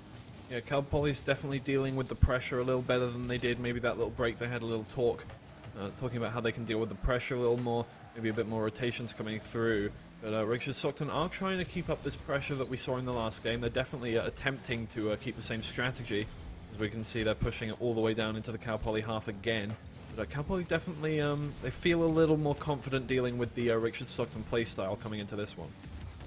Yeah, Large is going to try to change that, though. We can talk about how confident Cal Poly is, but right now they still have not had that many good offensive attempts, and Gino and company continue to barrel down their throats. 90 seconds in, it's a long shot by Crush. The demo's going to come out, make it a 2v3 for a little bit, but the respawns are going to come in before another meaningful offensive opportunity can step through. Cal Poly comes through, passing play with Gino, looking for the double tap. It's not found, but Dark's found himself with an open net, can't control it, keeps it over here on the post, opts for possession rather than a missed shot, and does so in spades. Long shot downfield, no one's back for Richard Stockton, and Cal Poly have opened up with their first goal. Yeah, oh dear, a little attacking mistake there from Large, not being able to find the powerful shot onto the goal with the semi-open net there, and it's just kind of thrown the rest of the Richard Stockton players off. They're not sure exactly how to defend this long loop shot from Cal Poly, and that's one mistake, and that's exactly what we thought the problem might be coming from Richard Stockton as they keep up their play style. Is just how are they going to be able to defend when they're being able to when they're trying to put on so much attacking pressure. Yeah, it's a nice opener, though, for Gino as he retaliates in the best possible fashion. 1-1, though. Looked like Crush just got a weak touch that immediately got dunked. Goyo caught out in no man's land, bottom right-hand corner. The precision there, but not necessarily needed. Richard Stockton equalized the scoreline. There's still plenty of game to go. Yeah, of course, and right as I say, Richard Stockton might not be able to deal with keeping the attack up the whole time. They do score a goal immediately. It's to be expected at this point, but they're going to try and keep this one up now. And yeah, that's exactly what they needed. They do want to try and keep this up now because it's got to be good feeling for them as they're keeping up this attacking playstyle. Look at that. It's such a tight pass from them. They're just going to try and keep this in the Cal Poly half again. Ooh, puts it down right in front of goal, the 50-50. Really unfortunate for Cal Poly, but they're going to be able to deal with it just about. Goyo clears it away into Crush, who clears it away again. Now it's flip the script as Richard Stockton are trying to deal with this one. Everybody very good at keeping those backboard balls away from their goal. They're putting it forward onto the backboard, and it's dealt with again. Both teams coming out with great defensive plays right now. Yeah, so far the defenses have sort of equalized and remained rock solid since both goals were scored early on in this game, relatively speaking. But Cal Poly are coming through again. They're looking for these bump plays, a little bit more physical play style than what we've seen out of them before. And right now it may just be their benefactor shot towards the top corner that Large can save away with as much ease as you can ask for. A long shot by Gino, just trying to open up some space. The touch won't be found. The follow-up is not on target. Unfortunately dunked away. Gino following this on the backboard, just trying to cut down every possible option that he can. 90 seconds remaining, and these teams look like they're playing a whole lot more fiery than we have seen before, as really it's still anybody's ball game, and well, they're trying to take control in whatever way they can. Yeah, absolutely. Whereas both teams are playing very attacking, as we can see, they're also trying to put more men on defense. They're getting the quicker rotations back. They're not sustaining pressure for as long as we saw them trying to do there. A little pull shot accidentally there. Crush almost scoring an own goal off the back of a little slam from a little bump from Richard Stockton players, but now they're on the back foot. A demo coming out is going to make Large the only person who can defend this one, but that clear is massive, and Crush is going to have to deal with it himself. Oh no, the last player Richard Stockton demoed, but they are a little slow with that one. It goes straight up, and it's right between the two defensive players for Richard Stockton. Cal Poly have found the chink in the Richard Stockton armor there. The selfish thing for Crush to do there is just to try to dribble it and flick it onto the two grounded defenders for Richard Stockton. But he does the selfless thing. He passes it out to middle, and Callian is able to step up right there and find the advantage now for Cal Poly. Great team play right there as Cal Poly continue to come into their own and continue to play strong.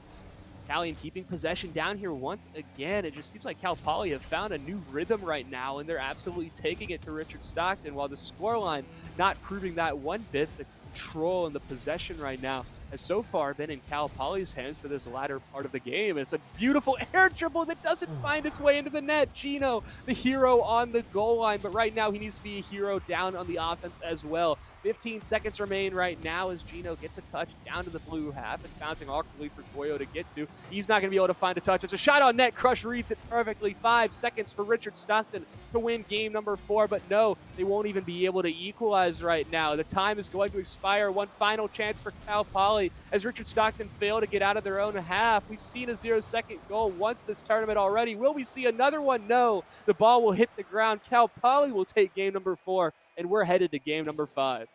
By far the most even game we've seen from these two teams. They felt like they really felt each other out on that one, and both teams having a very similar number of shots. I think that was 9 for Cal Poly and 6 for Richard Stockton, and that's much more what we want to see from Cal Poly, definitely, but both teams playing well in that game. It's not like there were many mistakes to be capitalized on by either team. They both just played a very solid defense, a very solid attack, and in the end, the defense of Richard Stockton did break open for that last goal. So close, saving that one, but in the end, yeah, Cal Poly playing much better in that game, and it's again a game of just trying to capitalize off each other's weaknesses one by one, and seeing games traded out 1-to-1 there. Yeah, absolutely. Some of the games that we've watched before have felt like games of who's going to make the more mistakes. This one was whose game plan is going to be better, because they played relatively similar styles in terms of offensive aggressiveness and defensive passiveness, but because of that, it makes it to where you basically have to start splitting ends open and trying to create bigger holes to exploit, and well, Cal Poly come out the victors in that opportunity, and well, they find 2 goals off the back of it. But you're exactly right. This is the most even game that we've seen between these teams by far, and not only in the seeding or in their record, but just in terms of gameplay. I mean, you can only look at stats for so long before you start to realize how close these teams are at skill level. Cal Poly and Richard Stockton sending us to game number 5 right now, and I'm excited to see really who steps up more, because we've talked about this a little bit, but Richard Stockton has only won the odd number games, and Cal Poly has only been able to win the even number ones. It may just be a fruitless statistic, but still, we'll see if Richard Stockton can bounce back from game number 4 and get back into this series. Hopefully win game number 5. We'll hit it in Neo Tokyo for the final game of this series. Yeah, and this is an odd-numbered game, so Richard Stockton maybe feel quite confident coming into this one if they're listening along, but they are pushing forward now, and they're just going to try and make any attacks happen. It looks like they're keeping up the pressure this game, just like they have in the first and third. As they come forward here, they're going to soak up a little more pressure from Cal Poly, make sure they're not scoring anything in the early parts of this game. Yet now as they go for an attack, Dark's going to come off the wall, go for an air dribble. Cullian's going to stop that one in its tracks, and 50-50 out into his own defensive corner. Ooh, but Cal Poly are going to get it through there with a demo. Dark is able to clear that one off the backboard with a little pinch. Much more pressure from Cal Poly, but both teams have had attacks now. No defense has crumbled off those attacks either, which is certainly a sigh of relief. You never want to get scored on in the early game, because that just means that every minute that passes that you have to fight continuously from behind, and that's an emotionally draining state to be in. Now, currently in this early game, we're seeing the same level of even gameplay as we saw in game number 4, and Richard Stockton, they have had their opportunities, but so have Cal Poly, and well, it's going to come down to who can capitalize off their shots and save the most of these shots that come in from their opponents. Really, that boils down this game to the simplest of terms. You score more goals than your opponent, you win the game, and right now, neither of these teams have scored as of yet. Yeah, I think when you are in a Game 5 situation and either team could win and send you into the lower bracket, you are driven to play a kind of more defensive play style, and you can see both teams are less, they don't want to go for balls that they could lose as easily. The defenders are staying back, so you've always got one man back, try and save as many goals as possible, because both teams want to get that late goal in the game. The later you score a goal, the more likely you are to win the game.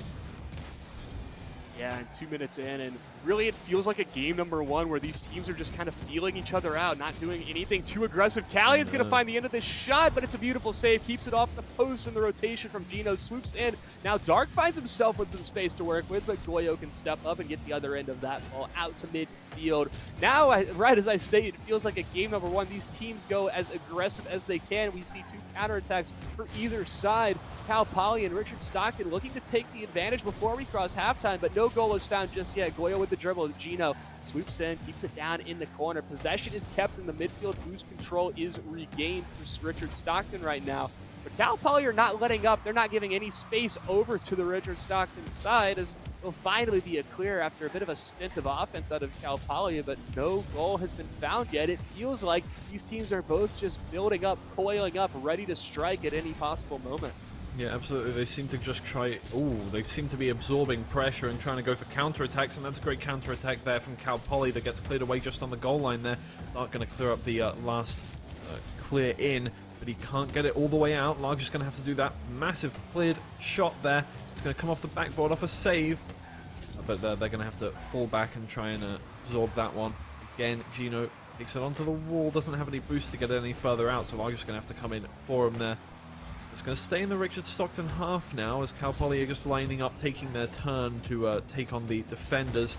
Pushes it around the corner, but Large is going to clear that one away, get it all the way out, hopefully, so that he can stage another counter-attack. They obviously both want to, they both want to defend more, but in the end, the attacks are what going to win you the game. Dark pushes it out to Large there for a pass. The shot comes through, and it's so quick, but Crush just gets in front of it. Goyo will be able to put that one onto the corner. Yeah, it just feels like both these teams are trying to act like sponges right now, but a sponge can't always absorb water. Likewise, one of these shots is going to have to go in. It's going to be a matter of which defense breaks first, and really we're seeing similar gameplay out of both Richard Stockton and Cal Poly. Crush is on the air dribble. It's a double commit right there on that bottom waterfall, and a slight pass out opens up space straight up into the air. Awkward for Crush to deal with. He won't be able to find the shot on that one. It's a long shot downfield. Goyo rotates back. So far, both these teams have played nearly immaculately right now, and Callion, doing well to keep that off the goal line, just continues to press this, that these teams are scoreless in the final 30 seconds right now of this game at number 5. They're really expending all of their pressure into trying to defend effectively. We saw that from Callion there as he brought out a brilliant half flip to try and get the ball in a great position. Large just touches it down slowly, and nobody's in net for the Cal Poly defense. They'd all just scrambled for that last ball. I think a double commit. No, it just Crush is sent out of the way by pushing out the Richard Stockton attacker, and Large is left in the air with the ball and an open net, and he's managed to clear that one up. And with 17 seconds left, that's got to be a slap in the face for Cal Poly. Yeah, it's either going to be a knockout punch or it's going to be a wake-up call, because they have 10 seconds to go the entire length of the field. Large is going to keep possession, but actually it's a pinch touch. Dark has to race back, manages to get back in time. He's got full boost to work with. He's just trying to burn as much time as he can. Expertly keeps it, but now it's into the corner. Follow-up shot coming through. It's going to be on target, but no, saved away by Dark. Callion, no, he can't keep it alive. Richard Stockton take the series in 5 as Cal Poly heartbroken in the waning seconds of the game. Yeah, and after watching that first and third game, I didn't expect it to be as close in those last two games from Richard Stockton and Cal Poly as it was. Richard Stockton only winning 3-2 there. I say only winning, it was a great performance from them. They did so well, and so did Cal Poly. Honestly, the way they came back in those two games after being down a game was so good from them to keep it even. But in the end, Richard Stockton coming out with that little... It was just this little panic there in the end from Cal Poly that opened up the defense and just had that open net to score in, and that's got to be heartbreaking for them, with 20 seconds left in a game, conceding and knowing that you're going to be sent down into the lower bracket if you can't make a counter-attack happen in the last like few seconds of the game. It's got to be very difficult on them. Yeah, and it's certainly got to pull at your heartstrings. I mean, both those teams played incredibly solid defenses and offenses for the entirety of game number 5, but it just comes down to one mistake, one urge to play a little bit faster than they need to, and unfortunately the ball squirts out. It's an easy touch in for Richard Stockton. They find game number 5. They move on in the upper bracket. Cal Poly is down, but not out, down to the losers bracket, where they will continue on in their run.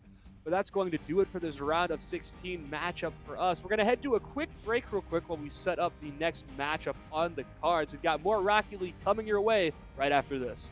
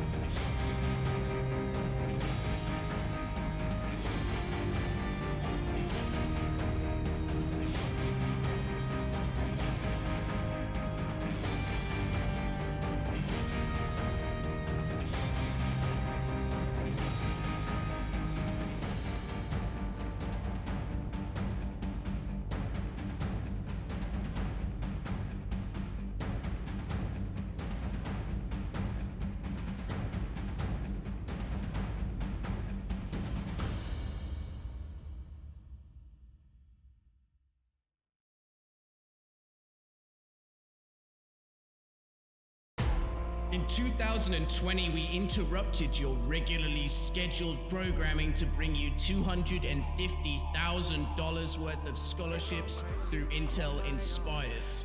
Now, in 2021, we are the regularly scheduled programming. We are proud to announce the new AVGL high school program, backed by a myriad of colleges, influencers, and esports professionals. Up to $400,000 worth of scholarships, paid esports internships, content creator camps, and 50+ exclusive tournaments and events. We know the ropes, and after the experience granted to us through Intel Inspires, we're no longer tying knots, we're tying bows. Because esports isn't about skill, it's not about age, it's not even about experience, it's about attitude. And we at the AVGL are dedicated to bringing that attitude from the vault of the esports corporations and into your classroom. If there's one thing we've learned from a year at the forefront of collegiate esports, it's that professional gaming doesn't start with us. It starts with you.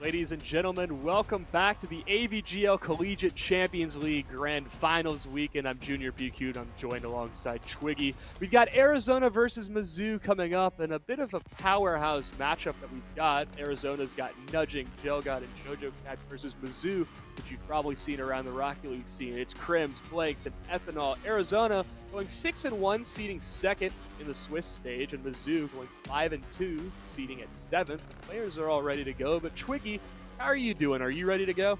Yeah, I'm feeling great coming into this next game, and yeah, coming in through this, Mizzou actually took out their sister team, Mizzou Black, in the first round there, where they went on to beat Kent State 3-1.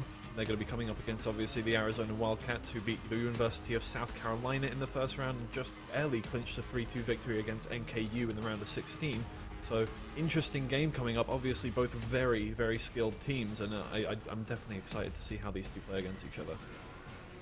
Yeah, you've certainly heard the name Arizona Rocky League and also Mizzou Rocky League if you paid attention to the collegiate scene. Both these teams, heavy hitters. It's going to be a fun matchup, and we're hopping right into game number 1 right now as Blanks can take this up the wall, pinches it off the ceiling, but Nudging is better. I think that the rotation's a bit off, but no, Crims is able to get back in time. 10 seconds in, already seeing a great opportunity for both Mizzou and Arizona as Mizzou continues to barrel down the field. Great pass by Crims.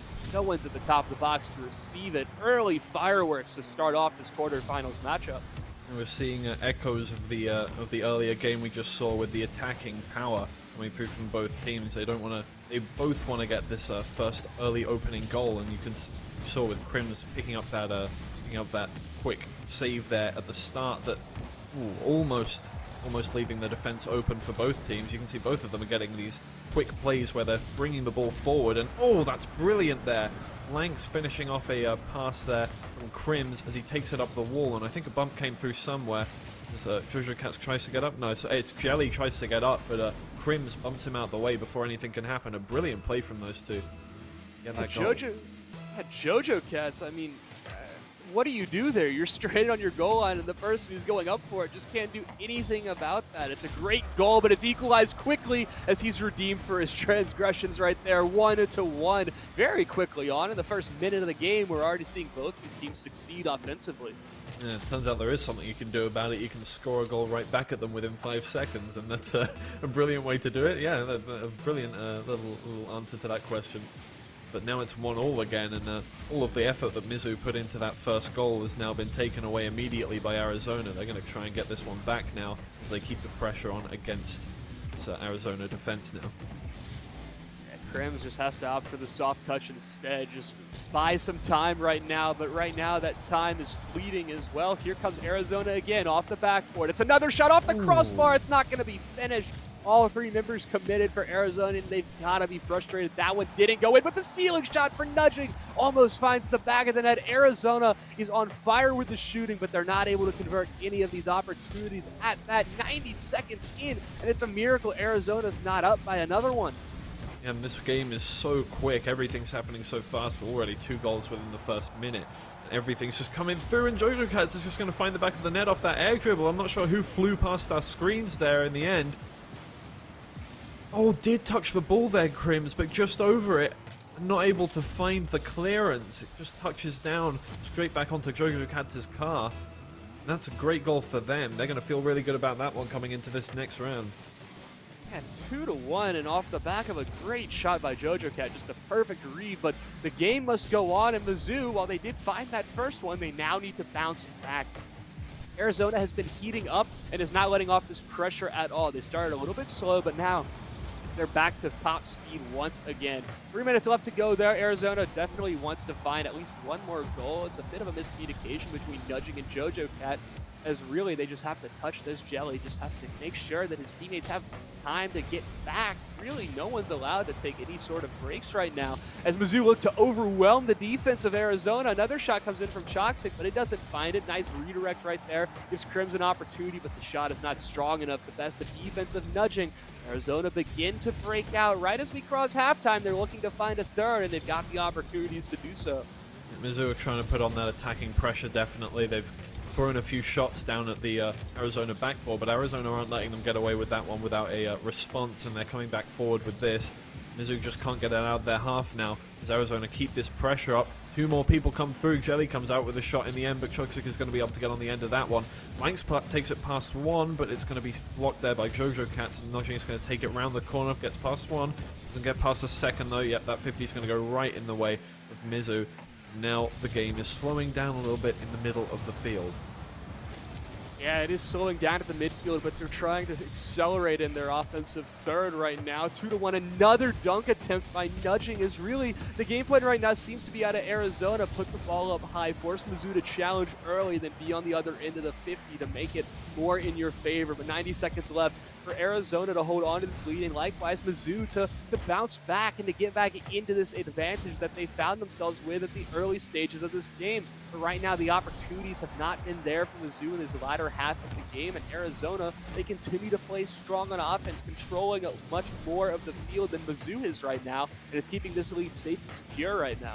Yeah, Arizona is just playing these long cleared balls, and it must be frustrating for Mizzou that they're not really able to get as much control of the ball as they'd like. You know, they have to respond to that clear with clears of their own to keep it back into the Arizona half, but by doing that you're not really getting the fine control that you can of a dribble or a quick shot. Like one comes out there for Arizona, but Jojo Cats isn't going to find anything. Going to come forward here, try and touch it over, hits the crossbar, but nobody's there for the follow-up. Mizzou tries to get it away, but Jelly's just going to stop that from one from crossing the halfway line. Choxic going to put it down, maybe for a pass, and the 50-50 comes out. Crims is going to try and stop that one, but everybody comes through. Nobody's in the defense for Arizona now, but it's going to slow down anyway. Nobody's got any boost. In the last 30 seconds now, Mizzou are going to try and have to make something happen here.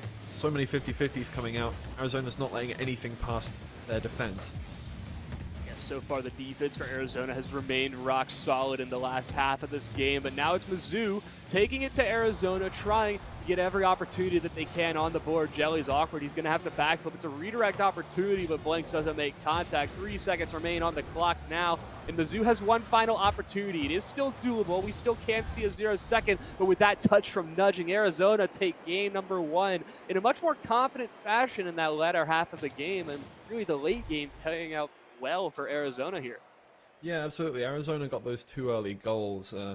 After the Mizzou goal, immediately they answered back and then got that second goal, got that cushion, and then they just kind of played a little slower and kind of made sure that they weren't going to lose that one. And it's good play from them to adapt their play style to the scoreline that they were coming up against. That pressure was so immediate after losing that first goal, but when they responded back, they were able to just kind of turn it off, turn it back down, and be able to play more for boost and be able to kind of absorb pressure a lot better. Yeah, 9 total shots coming out of Arizona. It's kind of a miracle that they only won by 1, but still, Mizzou, I mean, they had a great start to the game. They had the momentum flowing. They really, that bump play that we saw in the air, just to get that first goal, incredibly strong showing. But Arizona, they rebuilt, they kept up their walls, and they made sure that they got going here in game number 1. And, well, Arizona find themselves with a game 1 victory, but they're going to have to do it twice more. Mizzou looking to not drop 2 games in a row. Certainly, you do not want to put yourself in sweep territory against a team as dangerous, as potent as Arizona is. But they're already finding success on offense, Arizona is. They're keeping the ball down in this orange half, and they're not giving Mizzou a single second to breathe. That touch out to midfield just to alleviate some pressure, as really Mizzou haven't had any control in this first 30 seconds, and Arizona continue to play strong, continue to bounce back, and quite frankly, continue keep up this offensive momentum we saw at the end of game number 1. Yeah, but with that cleared ball there and nobody able to deal with it quite as much as they would want to, you see it comes off the backboard here, and Nudging does try and clear it, but he just goes under the ball. Maybe goes up for it a little too early, and Choxic's going to be able to just tap that one into the back of the net. That's great. That's exactly what Mizzou want. Not exactly a skillful goal, but in the end, you take what you can get by an inch or a mile. That is a goal, and they're winning this second game so far. Yeah, I'm not going to lie. I didn't mean to throw it over to you, but it's quite frankly because I expected Nudging to hit that ball, and I didn't expect the shot to come in that strongly. But Arizona, they find themselves with space. No thanks, Crims is there instead, the brick wall, to make sure an equalizer is not found within the first minute of having scored this advantage goal right now. It's nice passing play, Jelly off the crossbar. It doesn't find its way underneath the net. Right now, Arizona, they're starting to strike back. It's like they almost wait for Mizzou to go up before they start to show their full strength and potential on offense. Arizona doesn't find a goal off that opportunity, but there will be many more to come. And right now, Mizzou, this lead is not safe whatsoever. The double tap from Choxic. What a shot. That angle was absolutely insane from Choxic. I think that's... Oh, that was maybe a meter off of the crossbar. He just puts it straight back in, and it's found perfectly, the goal there. I think that was that was about as tight an angle as you can score possibly there, and that's so good from Choxic. Doubling down on the pressure that Mizzou have kept up this whole time, and Arizona are going to be hard pressed to bring themselves back into this game with that pillow from Mizzou coming forward. They do put some shots out, and that one's going to find the back of the net. Jojo Katz is going to be able to convert that one after Mizzou spend too many players trying to clear this one away. Everybody floats down in front of goal, but as you commit too many people to that, it's going to be very difficult to come back into that one. Yeah, you're absolutely right. That triple commit essentially right there opens up the entire net for Arizona to shoot at. And still, like you said, a goal is a goal, whether by an inch or a mile. And 90 seconds into this game, Arizona are starting to bite back a little bit. But Mizzou still have that comfort of being 1 goal up. They don't have to panic because they got scored on, or at least they really shouldn't be right now. It's still bouncing in front of the top of the 18 right now as Mizzou trying to find a third goal here. Having a 2-goal lead is a whole lot safer in terms of confidence, in terms of momentum. But right now, Nudging's trying to take it away, equalize the scoreline, but they haven't done so thus far. The bump comes out, and Jojo Cat does so. Makes me eat my words. 2-2, Arizona equalizes. Yeah, brilliant bump to begin with, but I didn't think it was going to come for anything. Jojo Katz there with a brilliant little flick up on the back of his car. Manages to find the top right corner of the net. Postage stamp goal that one was, and that's exactly what Arizona want to equalize this game up and really show Mizzou that they're still back in this game and they are still meaning business. Yeah, that pass by Blanks just doesn't find its way safely over to Crims's car. We're about to cross that halfway point right there. It's a nice touch over. It doesn't find the back of the net, though. Instead, squirts up off that top waterfall. This could be a bit of a dangerous scenario for Arizona, but they handle it about as excellently as you can right now. They get it down to their opponent's half. They create some space, and they buy some time to go grab some boost and to create some more opportunities downfield. Mizzou is not letting up just yet. They still are equalized, but Mizzou, now having been scored on twice without an answer, they're going to need to find that answer soon, and Choxic might just find it. No, the bicycle kick off the goal line. Jelly can keep it out as best as he can. It's still in this blue half.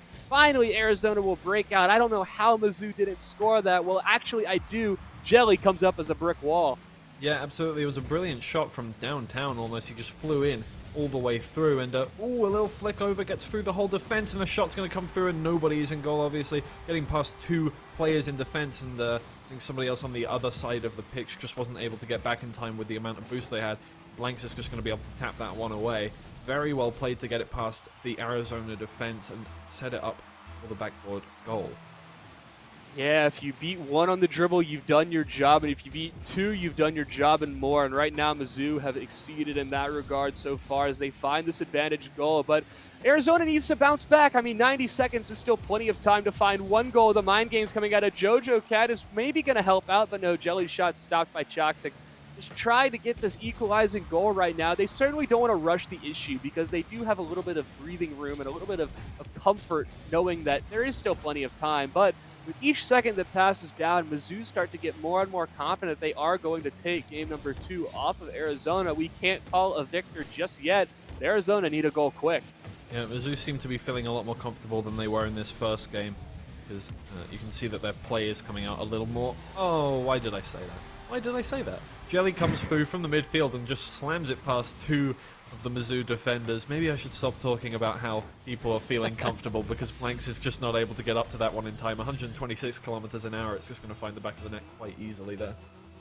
And the Mizzou defender surely thought that Jelly was going to be shooting that, but no, he flips his car around at the last minute, hits it off his hood, and makes sure that it just flies right to the loving bumper of Jojo Cat. As now 50 seconds left to go. Arizona equalize once more, and Mizzou suddenly in the hot seat right now. Will they succumb to the heat, or will they begin to become more fireproof? Another pass out middle, but it's stopped away. Jelly will be the one to save it, but Crims is coming back again. Looking for an air dribble right here. Does touch it over the defense, but Jelly's there to back up his teammate. Ready to get that backboard touch. Choxic swoops in again. They're not able to find it off that opportunity, but this pressure from Mizzou has been unrelenting so far. That is, until Arizona can break them out. Choxic just has to put this into his corner. He's the only one back. He has to wait for his teammates, and right now he's doing well to hold on with whatever space he has, but this Arizona offense is unrelenting right now. It feels like they're building up to find the goal, but Mizzou do break out.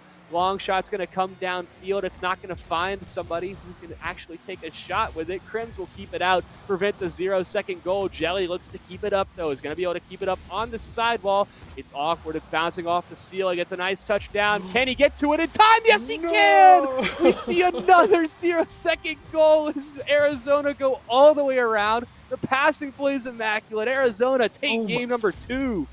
How does that not hit the ground? I could swear that was already touching the ground, but he finds it just as it's about to touch there. And almost hitting the ground before it hits the goal as well. And that's just about as close as you can get. Arizona is stealing that one out of the jaws of Mizzou there. Oh, that must feel terrible for Mizzou. They were looking so good coming into overtime. They were thinking, okay, well, we're in overtime. We can do this one. We've scored all of the early goals coming into these. You know, they scored the first goal and the second goal. Then they scored that third one to equalize it, but then, oh god, Arizona have just stolen that one away with that last goal, and ouch, that's going to be really tough actually coming into the third game for Mizzou here. Yeah, we were talking about how Mizzou was bouncing back. They had the advantage early. They gave up a 2-0 lead. They did manage to equalize and send us to an overtime position at 3-3. But Arizona had no intentions of going to overtime. It was like they were playing with their food. They got a 0-second goal. Absolutely a nail to the heart of Mizzou right now as Arizona put themselves on match point as they take game number 2 away with daylight robbery. Yeah, they're going to be feeling really good coming into this third game because it's not like they've dominated any game. They've only won each game by 1 goal, but in the end, that's all you need. And now that they've come into this with a 2-0, victory, not yet, a 2-0 lead over Mizzou, That's so good for them because it just kind of takes off the pressure. You know, when you win a set in tennis and you might have been like 1 point down, and now you are all the way ahead, and it's, you know, back to 0-0. They have to try again now, Mizzou, to even make anything happen to get that first point on the board. Yeah, and the opening set, it's going to be oh so crucial. Arizona bringing the heat as always, and Jojo Cat will step up. His touch will be touched all the way back down towards the back corner of the field. Crims with the soft touch. It looks like he wanted to take possession, but just didn't have the boost to work with. Jojo Cat's, his shot goes wide of the top corner. 30 seconds in, already seeing some fireworks. What a shot by Choxic. Yeah, that's just going to pinch off the two players that come forward. Not sure whether that was intentional. Yeah, no, nudging just gets in front of it in a perfect way to slam it back onto Choxic's car into the top right corner. Completely unintentional, I feel like, but a great block from Choxic either way to stop the clearance coming out, and it's come out as a goal for them. And again, we're seeing a repetition of what's happened in the first and second games with Mizzou coming out with that early goal. Can Arizona respond? Yeah, Mizzou's going to have to hold on in the late game because Arizona likes to play in the clutch or in the crunch time. 45 seconds in, Mizzou already has the advantage, but it's a story we know all too well. You don't want to give up that early goal, but also it's not the worst of things because Arizona has proven that they are a formidable opponent in the late game, more so than in the early game. Now, Choxic's going to step up. He's got some boost to work with. End up just giving over possession, letting this ball fly into the blue corner, doing whatever they can. Somehow he's taken up possession right now. It's a flick and a missed side flip as this continues to get more and more awkward. Blanks' shot saved away by Jojo Cats. Again, it's getting close. It's getting incredibly close to a Mizzou second goal. They're going to need to find it before Arizona can stabilize. And right now, Mizzou, their pressure is good, but their shooting is not as accurate as they would like. Yeah, Mizzou were doing so well in that last passage of play to just keep the boost away from Arizona. You could see that everybody was just sat in the goal waiting for a shot to come out with no boost. But Mizzou need to be able to convert those opportunities because when you control the boost, you need to control the shot. Blank with a good clear, not too difficult for him, and they're going to get that one away. But, yeah, they really need to they need to get this cushion goal. Yeah, this lead is certainly not safe. Choxic's going to be able to take possession right now. Just try to dribble the ball out. One thing we're seeing a lot of Mizzou do is they're just dribbling the ball out and they're buying space, but then there's no hope for finding something off the back of the space that's created. And it puts them in this awkward spot when it works out to perfection, but whenever they create the space and no one's there, it really hurts to watch for Mizzou because they're continuing to take these shots. They're just not able to find the goals that they need to put themselves in a more comfortable spot. Now we're about to cross halftime. Mizzou continue on with the advantage, but this is also when we see Arizona heat up a little bit. It's when we watch them get these incredible goals that have carried them all the way over to this 2-0 scoreline. Mizzou's going to have to keep up this pressure. Their defense is going to have to continue to hold rock solid because Arizona, if you give them too much space, if you give them too much energy, they're going to take it every day of the week.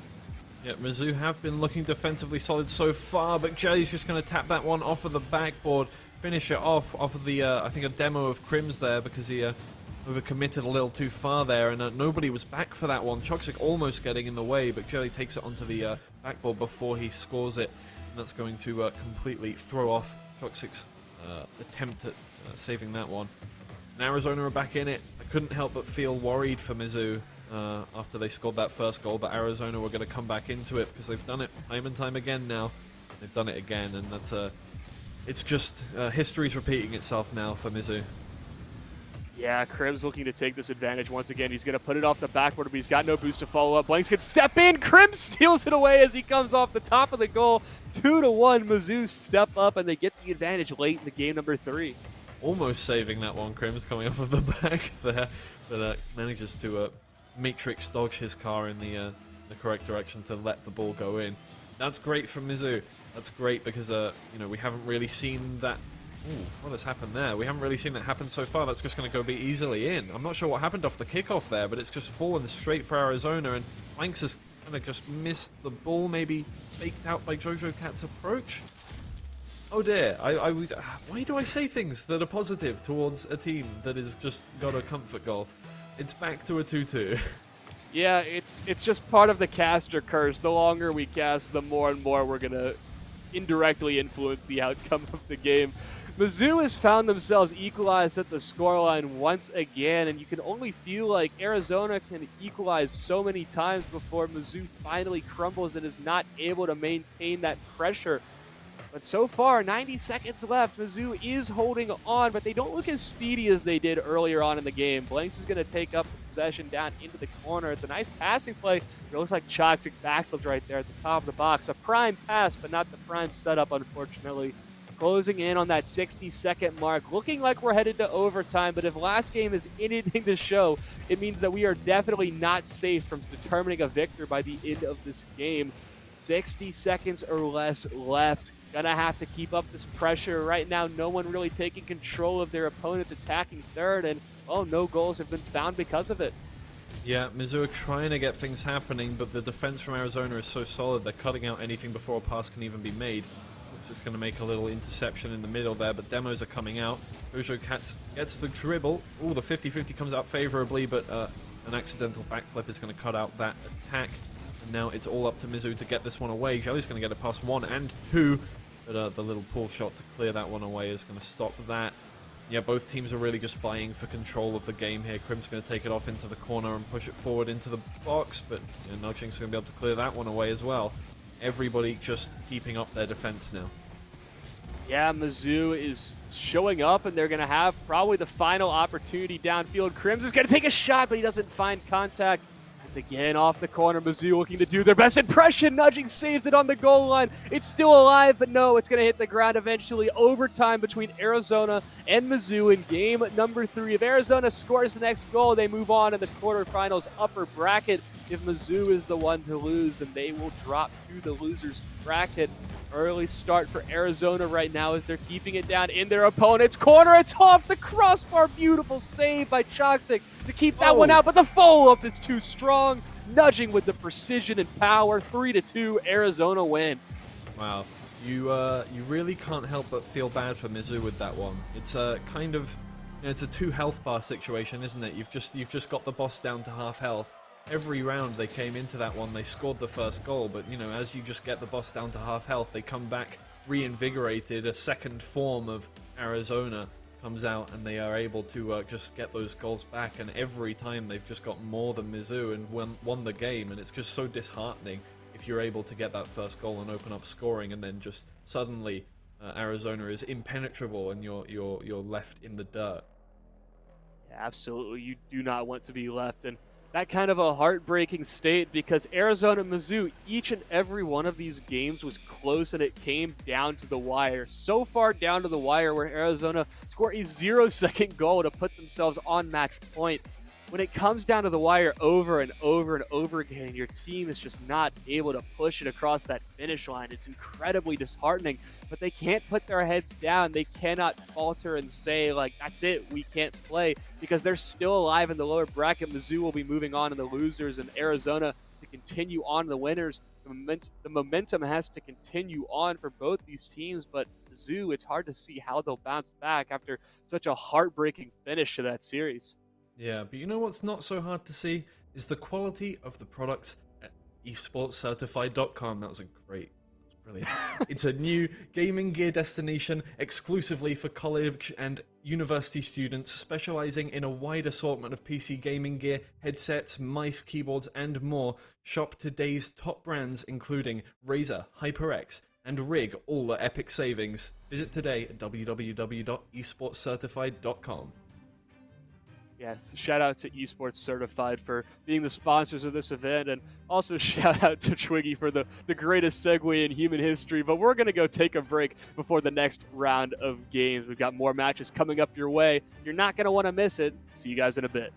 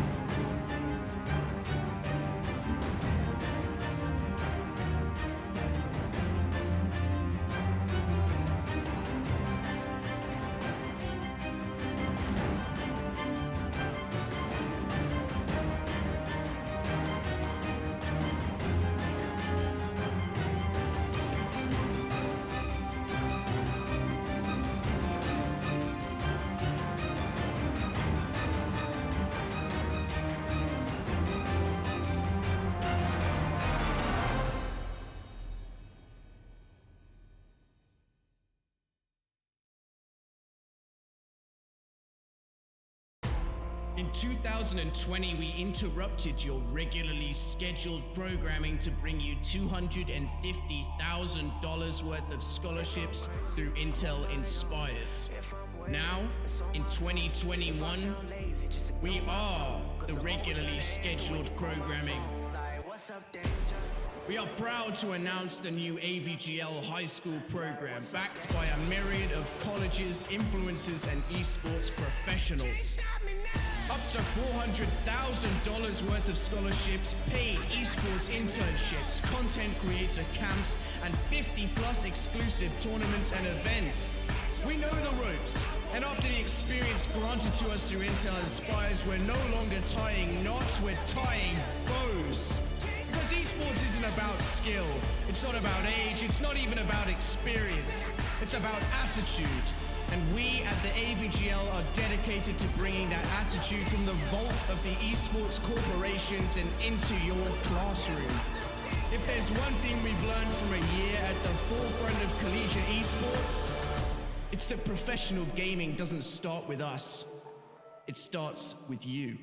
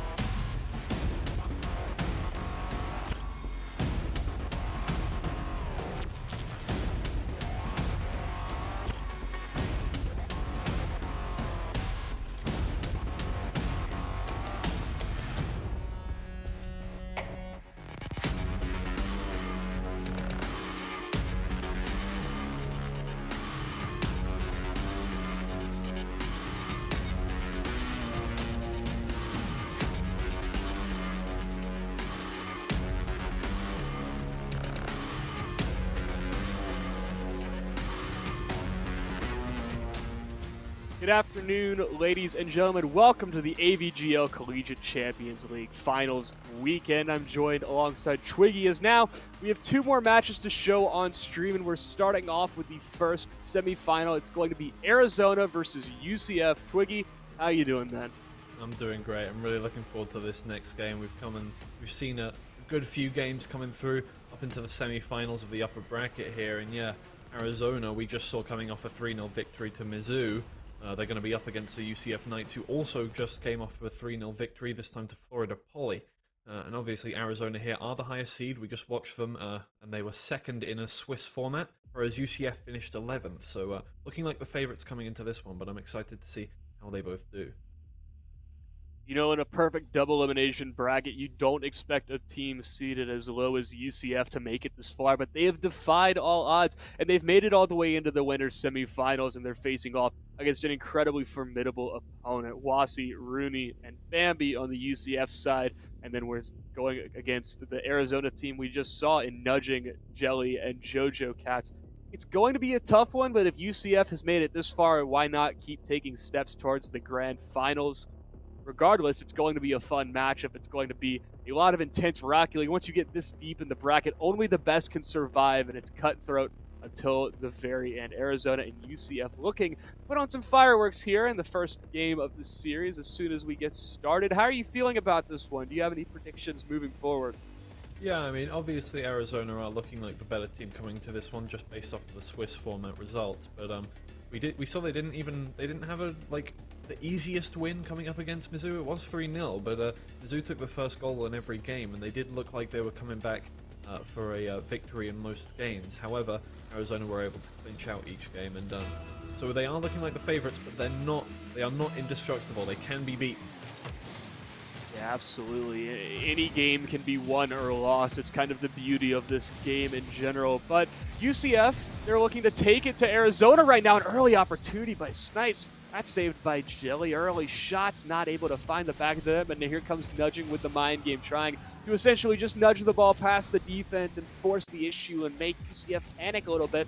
But no panicking so far. Arizona continue playing strong with their offense, and UCF continue playing strong with their defense in those first 30 seconds.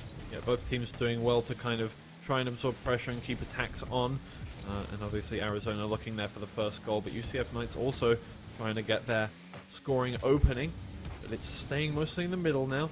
Both teams playing a little defensively, keeping one man back to try and defend any shots. Nugent putting through a great shot there onto goal, and nobody was there for that one, but it bounces off the backboard, and UCF are left to pick up the pieces quite easily. Takes it past two there, but it's not going to get past Nudging, and Nudging's going to clear that one away. Yeah, UCF starting to have some offense show up a little bit in the terms of its Snipes and the, I can't read the third player's name, but Arizona, I mean, their offense has worked, so has UCF's offense. It's been a little bit back and forth across for both of these teams. Bits is trying to find a pass out middle. The net's opened up. It's off the crossbar, and it bounces out an inch further in. It would have been the opener for UCF, but they aren't able to find it. Pass comes back out center. Snipes is going to be on the other end of it and buries it home. Great offensive pressure for UCF as they take the opener. Yeah, that first shot obviously very difficult. The angle to score that one was very difficult, but Nugent coming off the wall there, not able to save that second goal. This is a mirror of what we've seen in the in all three games we've seen from Arizona so far, taking that first goal against them. So JoJo Cats was looking for that first shot, but he was completely blocked there. And UCF Knights are going to be able to keep up that pressure, hopefully keep that up for the whole game. Yeah, absolutely. They certainly want to keep up this pressure for as long as they can. And as we cross that 90-second mark into the last 3 minutes of this game, UCF is looking to continue this advantage. We do know that Arizona likes to start off a little bit slow and accelerate as the game goes on. But right now, there's no signs of acceleration right now for Arizona as UCF continue to put the ball down the field, and it's right on the goal line. Incredibly awkward. Somehow that one's pitched away, and well, UCF stopped again at the goal line, and here come Arizona. Maybe looking to find their first opportunity so far in this game. They won't be able to find it right now. Collegiate will keep this over on the sidewall. Snipes puts it down on the goal line, just trying to keep it in the corner, keep something working, but no, nothing's found just yet. Jelly with a long clear that's stopped at midfield, and the offense for UCF, specifically the midfield control, has been unrelenting so far. Yeah, absolutely. I was expecting to see Arizona come a little hotter off of the kickoff after that first goal. They're looking a little awkward against UCF right now, and UCF are on fire. They're keeping up that pressure. They're stopping any attacking opportunities from coming through, and it seems like everybody is able to clear up those shots. But that's a brilliant shot off of the crossbar. Unsavable, I feel like, as it bounces down on the goal line. Once again, Yeah. as I comment on the defense of a team. Goal was scored, but nobody was ever going to save that one. Yeah, those upper 90 shots, I mean, that's about as top corner as you can shoot that ball in the first place. It bounces on the goal line, so incredibly difficult to read. But UCF is coming back in with a vengeance. They say, hey, we're not going to go down without a fight. They're about to find a second as it's unluckily touched by Arizona, but Bambi will be the benefactor. 2-1, UCF retake the advantage. Yeah, UCF, they weren't happy with that last goal, and oh dear, it's bounced off the crossbar right onto Nudging, who's in an unfortunate position. That's unfortunate for Arizona, but a lucky goal off of a somewhat lucky goal on the other side. So, back to 2-1. UCF Knights are back in front.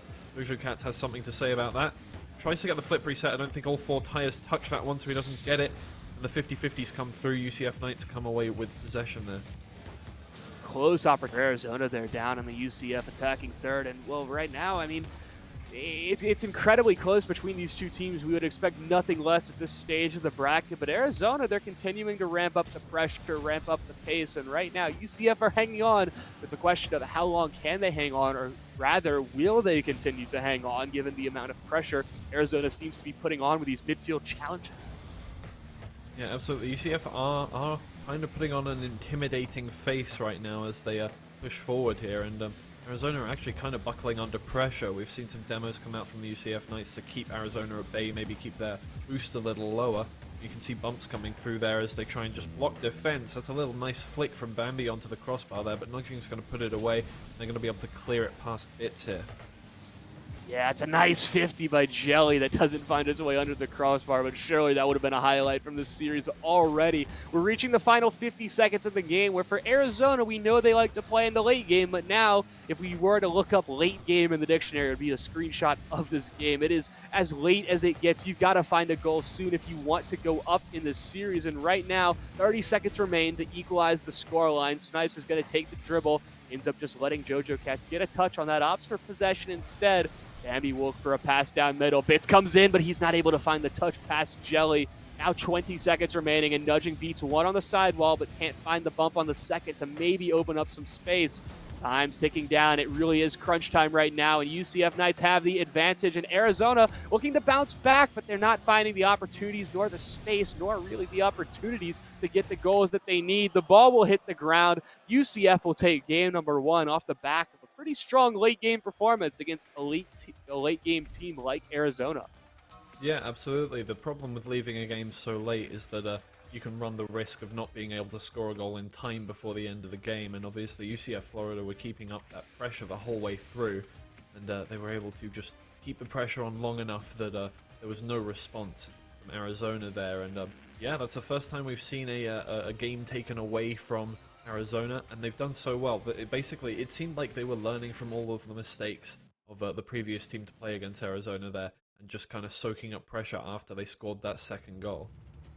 Yeah, absolutely. Soaking up pressure and just making sure that they continue to apply this offensive scheme that seems to be working right now against Arizona. We'd be foolish to think that Arizona isn't going to make changes after a loss in that fashion. But UCF, they've come out right now with the better game plan. They start off this series 1-0, and it's in a pretty good spot at that. Now, Arizona, we know they can be an incredibly dangerous team. We shouldn't count them out one bit. And we're hopping into game number 2, where while UCF do have the advantage, you certainly cannot expect Arizona to become complacent right now in the semifinals, the winners semifinals at that, of this AVGL tournament that they've played for 7 weeks already to qualify for. Yeah, they're certainly not going to take that lying down. I know we've seen they can be a very aggressive team when they are provoked in the way of a team scoring a goal, so I don't know how it would be in the case of a team winning a game against them. Maybe they're going to turn up the pressure a little more in this one. But right now, things are quite slow. Everybody's low on boost. Everybody's just trying to kind of keep possession, get some 50s one. Nudging's going to take it over one and get the bump, and oh my god, everybody's just fallen backwards and not been able to find the ball there, and Nudging's just taken it past one. He got the bump on that. What happened here? Oh, just maybe not enough boost to get all the way back behind the other ball, and it's not going to be saved. Arizona going to get the first goal within 50 seconds there. Yeah, it looked like Snipes wanted to go near post, but wasn't expecting that to control back to far post. It ends up in the way that it does, and now, well, first 45 seconds of the game, Arizona showing, hey, we're not just a late game team, we're also an early game team, and we're going to come at you and not let you beat us twice so early. Snipes keeping it over here on the ceiling. It's a nice touch by Bambi. Just opens up a lot of space, a lot of time. It's off the backboard, tough touch, but no, Nudging's able to get it out. Snipes will be able to keep control right here around the midfield area. It's a touchdown as this ball is really contesting at the midfield line. It's not really floating in the blue half, nor is it flying towards the orange half. 3:40 left on the clock, and well, the time's ticking down, and Arizona feeling good about the lead that they have, but they certainly cannot remain complacent right now. No, only a one-goal lead can be difficult to maintain, and UCF are going to try and show that off here as they keep the pressure on, try and stop any clears coming out from Arizona. Nudging and Jelly going to push that one forward, but Snipes is on the wall to stop that one from happening, and the 50-50 comes out again. Joe's going to get the demo on bits, but without the ball in their half, that's going to be mightily useless, but they push it forward there. It's going to be stuck up in the middle of the field, a little pass down. Gets put onto the crossbar by Nudging. It's still up in the air. Nothing's going to come of this one, I don't think. Yeah, it's going to die right in the corner. Yeah, this ball continues in the corner. Finally, Nudging will break them out and take a long shot. The third man's not rotated back. It's 2-0. Arizona steal one away as well, but it's off the back of a great counterattack. Yeah, absolutely. A slight maybe defensive mistake from the third player there. Obviously, Bambi didn't have enough boost to get back. Got the half flip over, but couldn't quite get under the ball in time to stop that one from going in the goal. And the third player just sat on the other side of the pitch, maybe going for boost for a second attack. Wasn't ready for the counter-attack shot there. I think if you're UCF right now, you've got to stop remembering the game one win that you just had. I mean, now it's 2-0. You've got to come back and double the amount that you would like to right now. And well, as we're about to cross halftime, I think that in a sense you have to forget the game one victory in a sense of just like, you've got to remember that, hey, we are good enough to beat this team. We've proved that in game number one, but we have to forget that we're up and we have to play this series like it's 0-0, and the scoreline is also likewise 0-0. But unfortunately, Arizona playing the better game right now, and well, Bambi can control on the crossbar. It'll be a nice touchdown that Nudging gets a little bit of an awkward hit, certainly confused the defense, but UCF Knights, they continue to press on. They continue to apply this offense. The problem is turning the ball inside that golden rectangle that so far they haven't been able to do anything with. Yeah, absolutely. Arizona have really just turned up the clinicality of their game right now, and they're just not making as many mistakes as they did in that first game to allow UCF Knights to get the 2 goals. But now UCF Knights are really trying to turn up the pressure. You can see Arizona is slowly starting to show a little bit of weakness. You know, it's getting through to their backboard. And UCF Knights are getting those prolonged kind of moments of pressure that they need to keep up to be able to score a goal. And that's exactly what they do. Snipes is going to snipe the goal there from the left side. Just absolutely finding the perfect angle to get it past all of the defenders there. No one was ready for Snipes to be that close in proximity to the play. Normally, you have a little bit more spacing between the attacking players, but no, Snipes positions himself perfect for that. It's a little bit of a gamble play, but it ends up working out for him. He bets on black, and it works, and Snipes puts it top corner as he's absolutely having himself an MVP performance in this last minute. Yeah, Snipes has turned up immediately, and with 2 goals in about 5 seconds there, that's going to put them back in the game completely, and seeing a complete reverse of what we saw from Arizona last series, where UCF are the team that are coming back now. Yeah, 2-2, game continues on. UCF have come back, and they're proving to be a little bit stronger in the late game right now, which is a sentence I didn't think we would say against a team of the likes of Arizona. But so far, UCF bouncing back, proving to be a formidable opponent. And right now, 60 seconds left to send them to overtime. I feel like if you're Arizona, you've got to win this one in regular time, because UCF right now has all of the momentum and the pendulum is swinging in their favor. It's a nice touch by Snipes, puts it over the defender. It's looking for the hat trick, but no, he can't find it. Bambi's touch not enough to put it back. 50 seconds remaining now on the clock, and while UCF, they've tied up the game, they cannot remain complacent. They have to continue pressing forward. It's exactly what they do, but it's off the crossbar again. Nudging keeps it out off the goal line. 36 seconds remaining. Arizona are surviving by the skin of their own teeth, and instead of just surviving, they are thriving. Jojo Cats takes the advantage with 30 seconds left. Yeah, it's a brilliant demo onto Bambi there to clear up any kind of stoppage of the pass there, and the pass goes straight through, perfectly placed to put it into the top left, and it's very difficult for Bits to get anything behind that one. 30 seconds remain on this clock, and the Arizona already have midfield boost control. It squeezes out towards the crossbar, or rather the goal line. 20 seconds left to go. UCF need a goal quick. That's going to be touched away by Jelly, as Snipes isn't able to put that one in as easily as some of the other ones have seemed. Time's ticking down. We're really in the waning seconds of this game, and UCF will have one, maybe two more opportunities to not go down to 1-1 in this series. 3 seconds now. Possession remains for UCF. They keep it in the corner. It's bouncing, but Nudging will be able to keep it out. Bits to keep it alive. It's not going to find the back of the net. The ball touches the ground, and Arizona, they equalize the series at 1-1. Yeah, great there from Arizona, getting those first 2 goals, and even when faced with the comeback of UCF, they were able to get that last goal with a good play and a good demo, and that's exactly what they needed to get back into this one. It's going to make them feel real good about themselves, because not only did they get those first 2 goals and show that what they were made of, but they also showed the adversity to be able to come back after UCF tried to stage their own comeback. Yeah, UCF had a bit of a scary comeback right there, specifically Snipes, who was doing a lion's share of the work in terms of getting the goals that register on the scoreboard. I mean, that was 2 goals in very quick succession. If that happened to me, I would be scared out of my mind. But I think that just shows the composure of Arizona, realizing that, hey, Snipes just popped off for a second. We can still continue to play our game plan. We can continue to assert our dominance onto our opponents because we are the better team in this. We just got to give it a little bit of time so that we can continue moving forward and continue putting ourselves on a path to victory in this series. Yeah, now Arizona are going to be feeling really good coming into this next game in the series because they've got that little bit of a momentum. It's not like they've scored a lot of goals in a row, but they did just score that last goal right at the end. And going into this one, they're going to want to keep up that pressure as much as they can. Nudging's already going for it with the air dribble, takes it past one, off the backboard, tries to pinch it down, and it's just bounces on the goal line, not quite going in.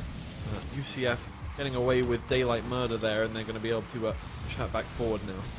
Oh my gosh, that double tap from Nudging just felt like it was supposed to go in, but that wasn't what the script read. 30 seconds in, we've already seen a brilliant shot that just did not find it in. It's going to come down to capitalizing on opportunities, and right now, those opportunities can be shut down by as little as the inches left on the crossbar.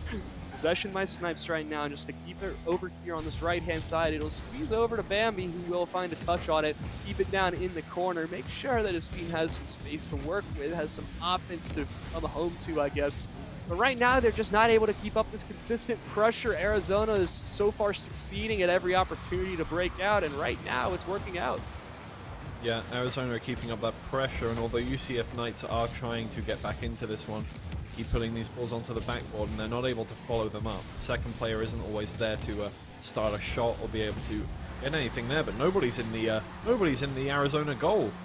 And Bambi's going to be caught completely. Bambi's going to take that shot, and Jojo Cat's doing a little backflip there, maybe not wanting to double commit with his teammate, and Jelly's just not in the right place to deal with that. Yeah, early start for UCF. They exploit the poor rotation out of Arizona. It ends up working out in their favor. Now it's 1-0 right now, and UCF so far have a strong game. But right now, Arizona, they want to change that narrative right now because Arizona, we know they're a late game team, but they also want to prove that they are a formidable opponent moving forward into potentially the winners finals. They're going to have to keep up this pressure and this possession, but right now Arizona bouncing back, looking to play a little bit stronger than what we've seen in the past. Their game plan looks a little bit more solid after the UCF goal. But right now they've got to continue up this pace, this energy, this experience that they have shown in the late game because UCF give them so many opportunities, they're going to take it. That comes off the back of a booming clear from UCF. I don't know how he got that much power on it. Yeah, I think a little pinch off of there, and the backboard shot almost coming off the angle of his car, not quite getting there to finish that one off, and another shot comes in, but it's weak, and Nuging's going to be able to get rid of that one as well. UCF are really putting on this pressure now, and they really want to show what they're capable of against the second seed coming into this. It's slowed down in their own half. They're dealing with it nicely. Bambi's going to try and clear this one. The 50-50 goes in his favor. Pushing it into the corner, it's going to bounce into the middle for Bits to try and shoot, not finding anything, and Snipe's follow-up shot is going to find all 3 cars on the Arizona defense. Yeah, Arizona wants to find a goal quick because right now the momentum is in their favor. They won't be able to string any possession together right now. In the orange half, a beautiful shot by Bambi off the redirect means UCF has a more comfortable lead. Yeah, Bits putting a great ball up there, and Bambi is just able to... Oh, it pinches off of the defense there. But that's perfect for him. I think it was going onto the backboard without the assistance there from, I think it was Jojo Cats who went up to contest that one. 215, beautiful shot by UCF. It's a little bit easier to swallow for them right now because, well, they've got themselves a little bit of a comfortable lead right now. Now, Arizona definitely is continuing to play strong, but UCF right now, I mean, the shooting has been immaculate right now, and it's really carrying them forward in these games. Well, quite frankly, if you shoot better, odds are you will be winning the game. 2-0, less than 2 to go. Jelly's looking to put in the first for Arizona, but Snipes comes off the crossbar and saves it before it can be any danger to the Arizona or the UCF defense. And UCF are carrying this one forward. They're going to try and keep up the pressure that they've built up in the first 3 minutes of this game. They push it forward, and Arizona are trying to clear it, but they don't have the men to keep that one in the UCF half. And he's going to come up with it. Air dribble is going to be stopped by Jelly. He's going to touch it down to Nudging. It's past one just about. Force Jojo Cats. You have to deal with this one defensively. Shadow defense comes through, and he's able to just about stop that. But yeah, everything for Arizona seems to be coming through, just not quite how they want it. Really unfortunate for them because they are making the attacks, they're just not being able to convert those goals. Yeah, and a beautiful pass play over to Snipes, who's the one to put it off of Bambi's pass home. 3-0. Again, selfless play. Baits out the initial jump from Nudging.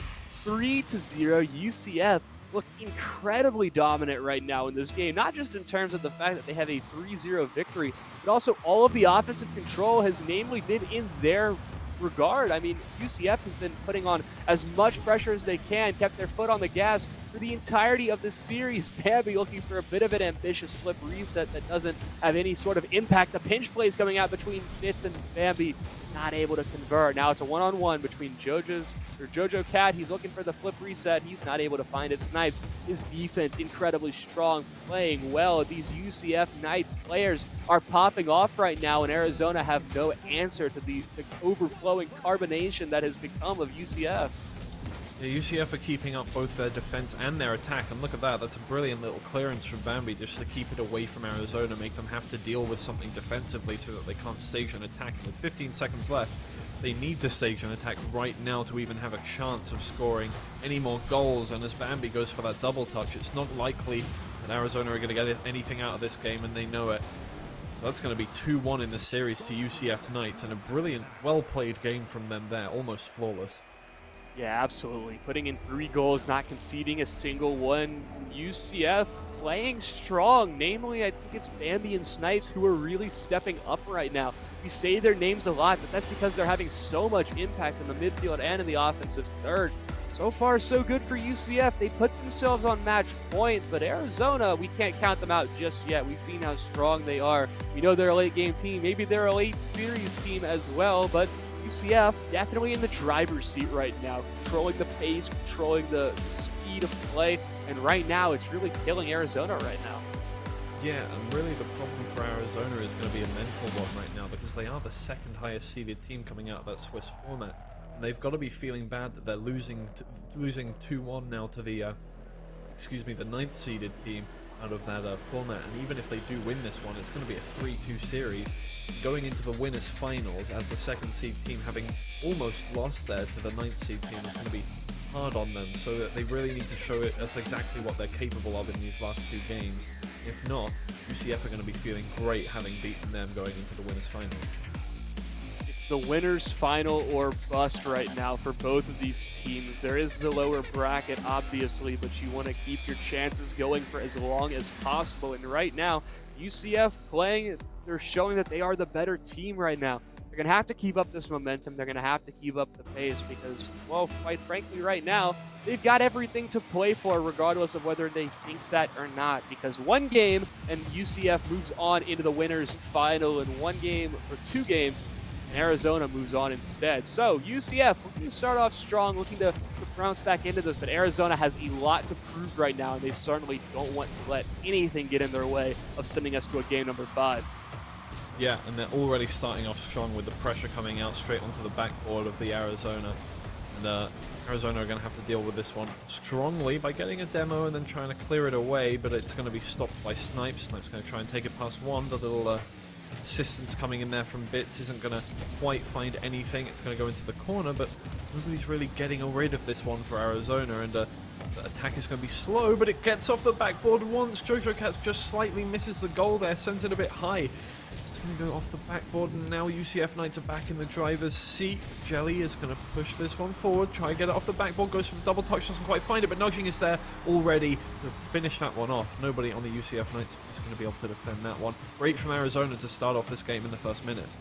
Yeah, the pressure right now is suffocating for Arizona. They just don't let UCF get any room to breathe, and they just continue the onslaught, shot after shot after shot. Eventually, one of them has to go in, and Arizona makes sure to, well, that it doesn't go in after like the 9th or 10th shot. It's like the 3rd or 4th. So a quick goal found for Arizona early on in this game as they're looking to essentially have a watered-down version of a reverse sweep. But that starts right now, making sure that their play is as strong as possible. Jelly intercepting the pass that was surely destined for somebody towards the top of the blue box, and he'll look for the ceiling shot instead. Comes in for the shot, stopped by Bits. Didn't have the height nor the velocity to make it over the defenders there.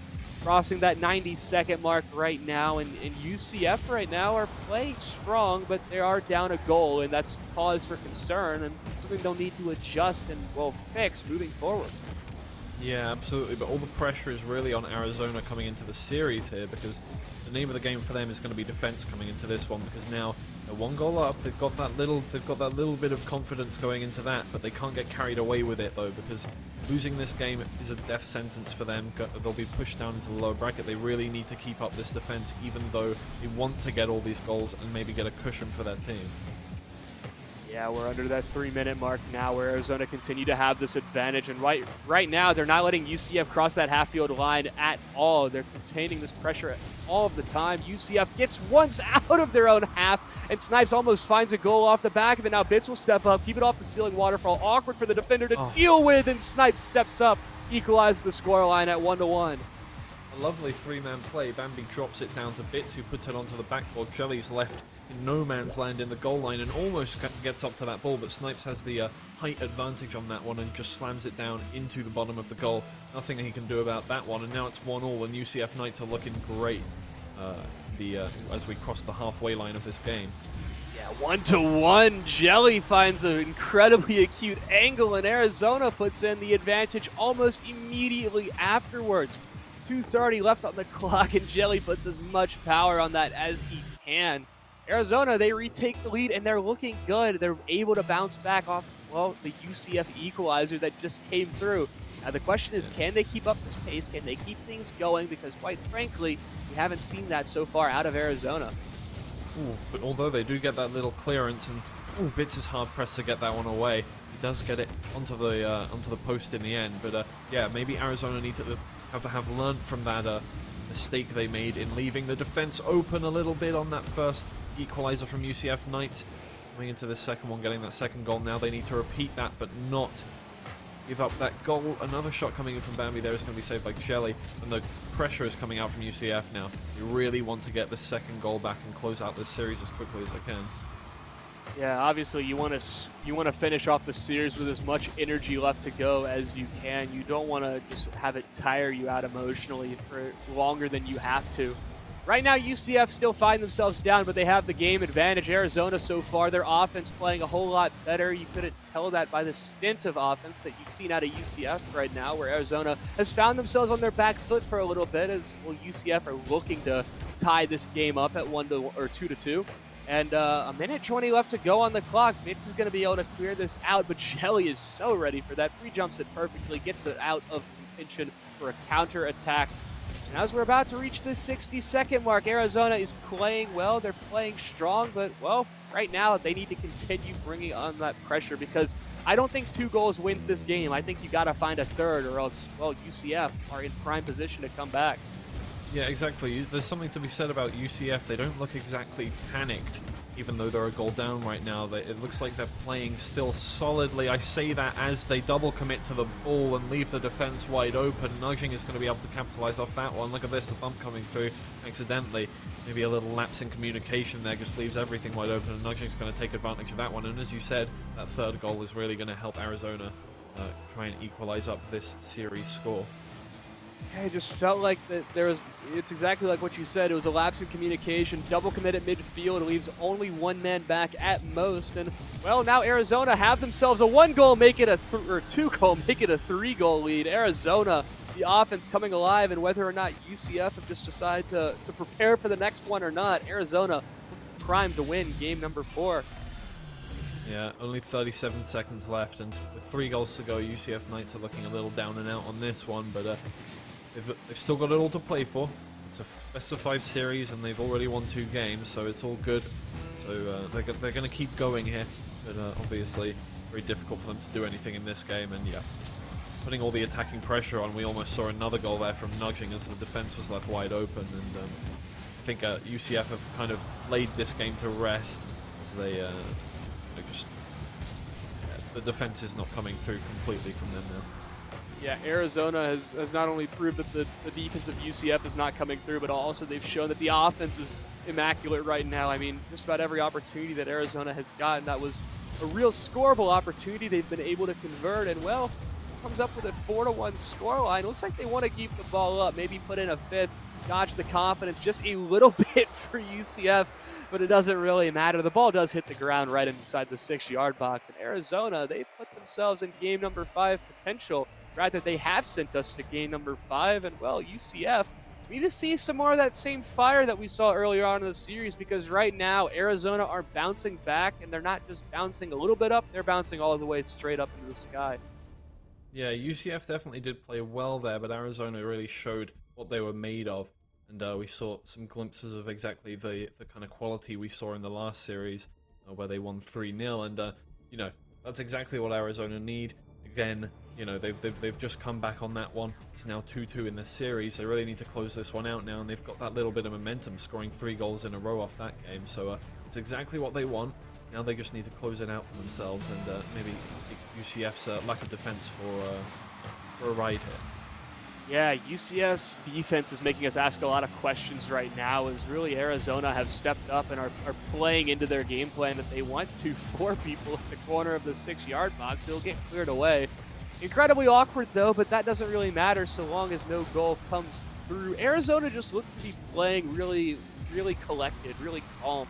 And UCF, it just feels like they play a lot more streaky, a lot more offensively panicky, if that is actually a real English word. But it's 0-0, 30 seconds in. Arizona are trying to take this away from UCF in game number 5, where UCF has had the advantage, but Arizona has proved to be the better team in these last couple of games. Yeah, exactly. I think we've already seen 2 scrappy defenses from UCF Knights, but their attack is still on point. I was going to say they were looking a little frenzied, but now they've scored that goal. That's 1-0 to them. This is exactly what they want. They just need to finish off this game like that. You know, I don't mean to throw you into an awkward spot, Schwiggy, but I feel like this happens more times than normally. I mean, it feels like I kind of expected them to be able to clear that out, but no, it just bounces so awkwardly. UCF does well to capitalize on the opportunity they're granted over, and now they find themselves in the driver's seat of this game. They're fighting from the high ground, and they're going to fight from even higher up as Snipes puts it as far post as he can and finds a second to best Arizona. Yeah, UCF has really turned up to 11 now. That's 2 goals in the first minute of the game, and just about as wide as it could be without going out off the post there. So that's perfect from them. Now Arizona are really going to feel the pressure. Yeah, UCF got to continue on with this, though. I think that you cannot become complacent this early into the series. It's a nice flick by Jelly just to put it up high and burn out as much boost as you can. The opportunity by Bambi. I didn't think he would go for that again, but he does. They're almost freestyling right now as they're trying to just break open as much space as they can, and Jelly is doing everything he can to keep it out of the back of the net, but this opens up the pack line. I say that as Bambi swoops in and demos Jojo Cat before any damage could be done to the defense of UCF. Crossing that 90-second mark, and will Arizona, they're not exactly playing as we've seen them before. Yeah, exactly. Arizona look a little panicky now in defense, and even in attack, they're whiffing some of their shots now. And UCF have already showed what they're capable of in the attack now. Arizona need to try and match that kind of pressure. They're not finding anything yet, and more shots are coming through from UCF. Another one off the backboard. Not going to find anything. There's already 2 people forward now, and he's going to carry this one. Jelly just gets stopped by Snipes there. He's going to tip it onto the backboard. But where's the defense from Arizona? Only one person back. If Bits had that on target, it might have gone in. Yeah, there might have only been one man back, but it was, well, probably the best possible option. What happened was, well, the best path, and that's why these players are at this level. They're in the winter semifinals, is just because, well, quite frankly, they're at the best level they can be at given the scenario. Now, there's less than half the game to go now, and UCF, they have the advantage right now, but Arizona seems to be knocking on the door as they start to come alive, as they start to get these opportunities, and UCF looking a bit overexcited as they're starting to double commit and throw comms out the window. Dangerous stuff moving forward if they continue to give this kind of leeway over to Arizona. Yeah, it's really easy to get excited when you're winning 2-0 against such a high-level team especially. And, oh, there it is. There's the opening goal for Arizona there. A little pass through in. Just kind of finds, 2 people kind of commit to that ball. Nudging takes it past the last man, and Joey's going to finish that one off for free. And that's what Arizona won. It's good from them. They need another one of those. Yeah, they need one more goal to equalize. And UCF, I mean, this is a story they've read several times already. They somehow give away the ball on the kickoff and grant possession over to Arizona. Shot by Nudging. It's towards the top corner, but Bambi's there to save the day, clear it away, make sure everything is all right. And that camp Snipes extends the deficit, rather the advantage for UCF, back up to 2 goals. Yeah. Jojo Cat stops that one, but the 50-50 comes through, and Jelly just takes a tiny bit too long to start going for that ball. Doesn't quite find the height he needs to block that one. UCF Knights have got back that cushion they had before now. That's good for them. 2 minutes left. They need to hold on to this one. They can't be conceding goals like they did before. Don't get carried away. Don't take your opponent for granted here, because we know they can score these easy goals. Yeah, you cannot give Arizona anything here. In fact, I think if you're UCF, I think you got to find one more just to be safe. I mean, why not find 2 more? You got to keep your foot on the gas. Arizona right now is on the back foot. Continue building that hill, building that mountain for Arizona to climb. Make the trek a little bit more dangerous for them. Now, Arizona continue on with the ball, and this is certainly a comebackable score. I mean, there's still 90 seconds to go. Jojo Cats is looking for a bit of a double tap, but doesn't find it just yet. You can see Arizona's committed all 3 members forward, and probably to their detriment. No, I thought Jojo Cats was going to get back. UCF find a 4th now. Yeah, Arizona committed way too hard to that ball, and maybe they thought Jojo Cats was back in time, as you said, but he's just not able to get the right angle on the ball in time, and that's really, really looking dire now for Arizona. 3 goals down with 1 minute 13 left to go is going to be difficult for them to come back on. Yeah, a minute left, and UCF have full control over this series. Arizona needs to continue on, and not just continue on, but start thriving on offense. It's something we haven't seen from them so far this game, but we know that they have it in them. Now, 60 seconds, and UCF are feeling confident. How do you break down that confidence? Well, Bits might just find a double tap right here. They're just not even giving them any room to breathe. Right now, UCF are trying to find a 5th, and Arizona, they're not expecting this to happen. They're expecting UCF to kind of sit back, park the bus just a little bit, but UCF's not doing any of that. They're just continuing to apply this pressure, continuing to move downfield. 30 seconds left, and they're still trying to score a 5th right now. And, well, Arizona don't seem to have an answer for this insane offensive performance that we're seeing out of UCF in Game 5. Yeah, absolutely. It really does seem to be working for UCF, keeping that pressure on. And even though they are keeping that pressure, it seems like as soon as Arizona get the ball back, there are people ready to deal with it. And look at that clearance there from Bits. So good from them, and they're just going to keep up this. Bambi takes it past Jojo Cats once here, but Jojo Cats gets back in a good defensive position. But that's it. The game is over. 3-goal lead coming into the last second. And that'll be it for UCF. A brilliant game from them to close that one out 3. Winning that 3rd game, sorry. Yeah, absolutely. We were wondering where some of the energy was for UCF towards the middle part of that series, but it just turns out they were saving it for that game number 5, and they came in with all of the pressure and pace that you can ask for. They continued to take shots even when they were up, continued to essentially just kick Arizona while they were down, didn't give them any space to expand out to find offensive opportunities, and because of that, well, they find themselves with a Game 5 victory over an incredibly strong Arizona team. UCF, they see themselves heading on into the winner's final. Yeah, exactly. And in the way that Mizzou just didn't last round, UCF have kind of found Arizona's Achilles heel after getting that first goal. You know, we saw that Arizona like playing that counter-attacking play later on in the game, trying to get those goals back, but UCF didn't allow that. They kind of, even if Arizona did score that first goal, UCF kind of went, okay, right, we're going to keep up the pressure now, we're going to keep you in your defensive half, and we're not going to let you get anything on our goal. And in that way, it really worked out for them. It's the way we saw Mizzou take some games back against Arizona, and UCF have really used that to their advantage to win that whole series. Yeah, absolutely. I mean, UCF just came into game number 5 with the better game plan, and it ends up working out for them. UCF will be moving on to the winners finals, and then I believe that Arizona will be moving down into the losers finals.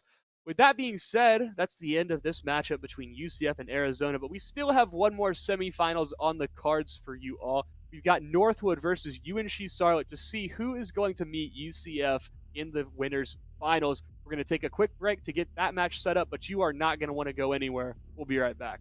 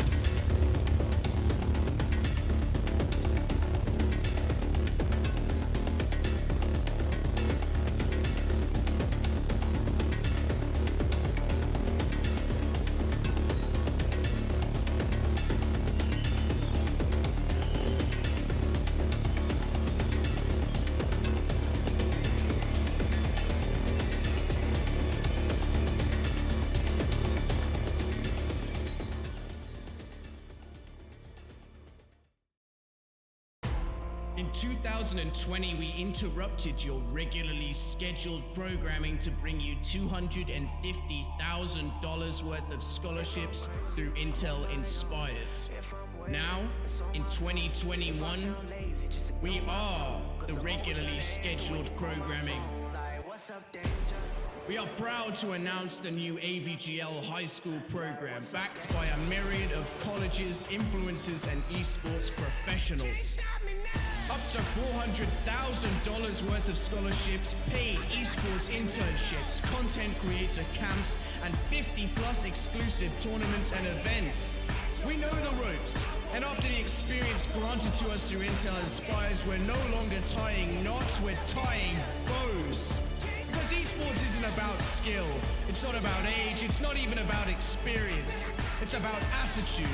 And we at the AVGL are dedicated to bringing that attitude from the vault of the esports corporations and into your classroom. If there's one thing we've learned from a year at the forefront of collegiate esports, it's that professional gaming doesn't start with us. It starts with you.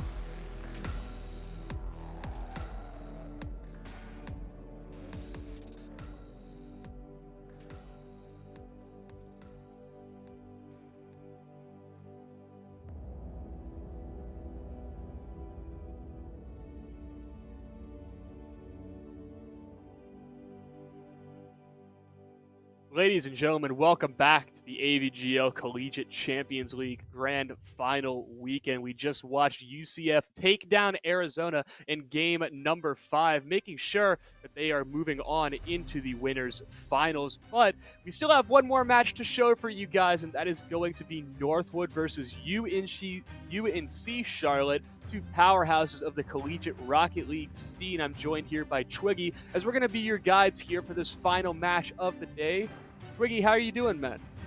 I'm doing great. It's great to be here. As usual, we've seen a lot of great games coming into this one. This next one, UNC Charlotte just came off a 3-2 game, a difficult game against Durham. Northwood University winning out against Richard Stockton, who we saw earlier today, 3-1. So this should be a fun game to watch. Yeah, absolutely. Northwood are one of the powerhouses of this scene. It's going to see how well they can perform against UNC Charlotte right now. They've had a relatively easy bracket so far, going 3-0, 3-1, and 3-1 to meet UNC Charlotte. At this spot, Pirates is going to find the opener right now off the back of a misplay from Alpha Giddy. Yeah, a brilliant little block there from Nooks to get that up into the air for Pirates, and Pirates just takes a brilliant little touch off that one to get it under the defense from UNC Charlotte. It's a brilliant opener within 20 seconds there. Yeah, Noxus is bouncing back again and gets one off the kickoff. 2 goals found for Northwood in incredibly quick succession. Daffy just looks like he wasn't ready for that kind of a touch to come in that quickly. Sorry. That is exactly what you want in the first 30 seconds of a game from Northwood there. They've taken 2 goals immediately and looking like they are probably starting as they mean to go on with that one, putting UNC Charlotte on the back foot immediately. Strong start for Northwood as they keep possession right here on the backboard, just not letting UNC Charlotte have any sort of space. Pirates is going to touch it down, but that's going to be cleared away by Don. As UNC Charlotte, I mean, it's a rough start. The question is now, how do you bounce back? How do you take, look, we've gotten scored on by Northwood twice in 4 minutes. Make that 3 goals in 1 minute as well. Northwood are putting on a show. Apparently you don't bounce back. A brilliant pass there from Pirates to Noxes to get that the link up that we saw earlier, the reverse of that one. It's 3-0 now, and it's just domination within the first 50 seconds. Absolutely, the domination is coming out of Northwood. It's a beautiful save by Noxes off the backboard. As right now, Pirates is coming off the goal line. It's like Northwood right now is playing on a completely different plane of existence right now, and so far UNC Charlotte has yet to transcend to that yet. But there's still plenty of time left for them to bounce back, to get back into this, but they're going to need to start changing up their game plan, because right now Northwood are exploiting every avenue that they can find, and UNC Charlotte is not exactly the benefactor when Northwood starts popping off. Yeah, and we're seeing now why Northwood is really the first seed coming out of that Swiss format, and wow, they're just looking so good. There's not really like a break in their defense whatsoever. Even when they had that shot on target, UNC, it got past 2, but it didn't get past the last man, who was just on the goal line. They're keeping up the pressure still. Nothing, even when they have no boost, not giving up yet, and it's just brilliant to see how much pressure they can apply without even giving up on defense. UNC Charlotte in complete control of this series right now. Noxes is going to make it 4 after a lofty shot that beats the defense. Northwood, 4 goals in 2 minutes. If Northwood can do it, so can UNC Charlotte, but Northwood just has an absolute lock on everything that's going on in this game. They're looking completely unbreakable right now, already 4 goals, and they haven't even looked like they're going to concede a goal. Even when that shot did come through, it didn't look like they were panicking to get to it. They weren't rushing around getting to it. Every 50-50 it seems like they're winning, and they're just really keeping it in the UNC Charlotte half. They almost put another one in front of goal there for a shot. Pirates is going to keep up the pressure, hits it off the backboard with a little pinch, and Noxes almost finishes that one off as well. They're keeping so much pressure on. This is it's incredibly difficult for UNC Charlotte to get anything out of this. Yeah, and UNC Charlotte is not only in this scenario, I mean, they got to this stage of the bracket off a relatively dominant run down through the, I guess, the upper side of the bracket, being in Indiana, Oakland, and Durham Lords. Now they find themselves down by 4 in game number 1, where Northwood have shown up and just decide we're going to put in every goal that we can. It It's a tough start for Northwood, but UNC Charlotte got here for a reason. There's so much reason to believe that they can bounce back. They're going to find a shot on target, but Don's not able to do anything with that. Another follow-up comes off the backboard. Touch is going to float down, but no, it's not enough. And again, it's a breakaway for Northwood, as UNC Charlotte just right now can't catch a break. Yeah, UNC Charlotte are the 4th seed coming into this one, so it's not like they don't have any quality in their team. We shouldn't really be seeing a pub stomping like we're seeing here, and Northwood are really putting on the pressure so much that UNC Charlotte just can't really deal with it. And they haven't found a reply to Northwood's attacks yet in this game. Maybe they can find an opening right now, because they're running out of time to get all of these goals back now.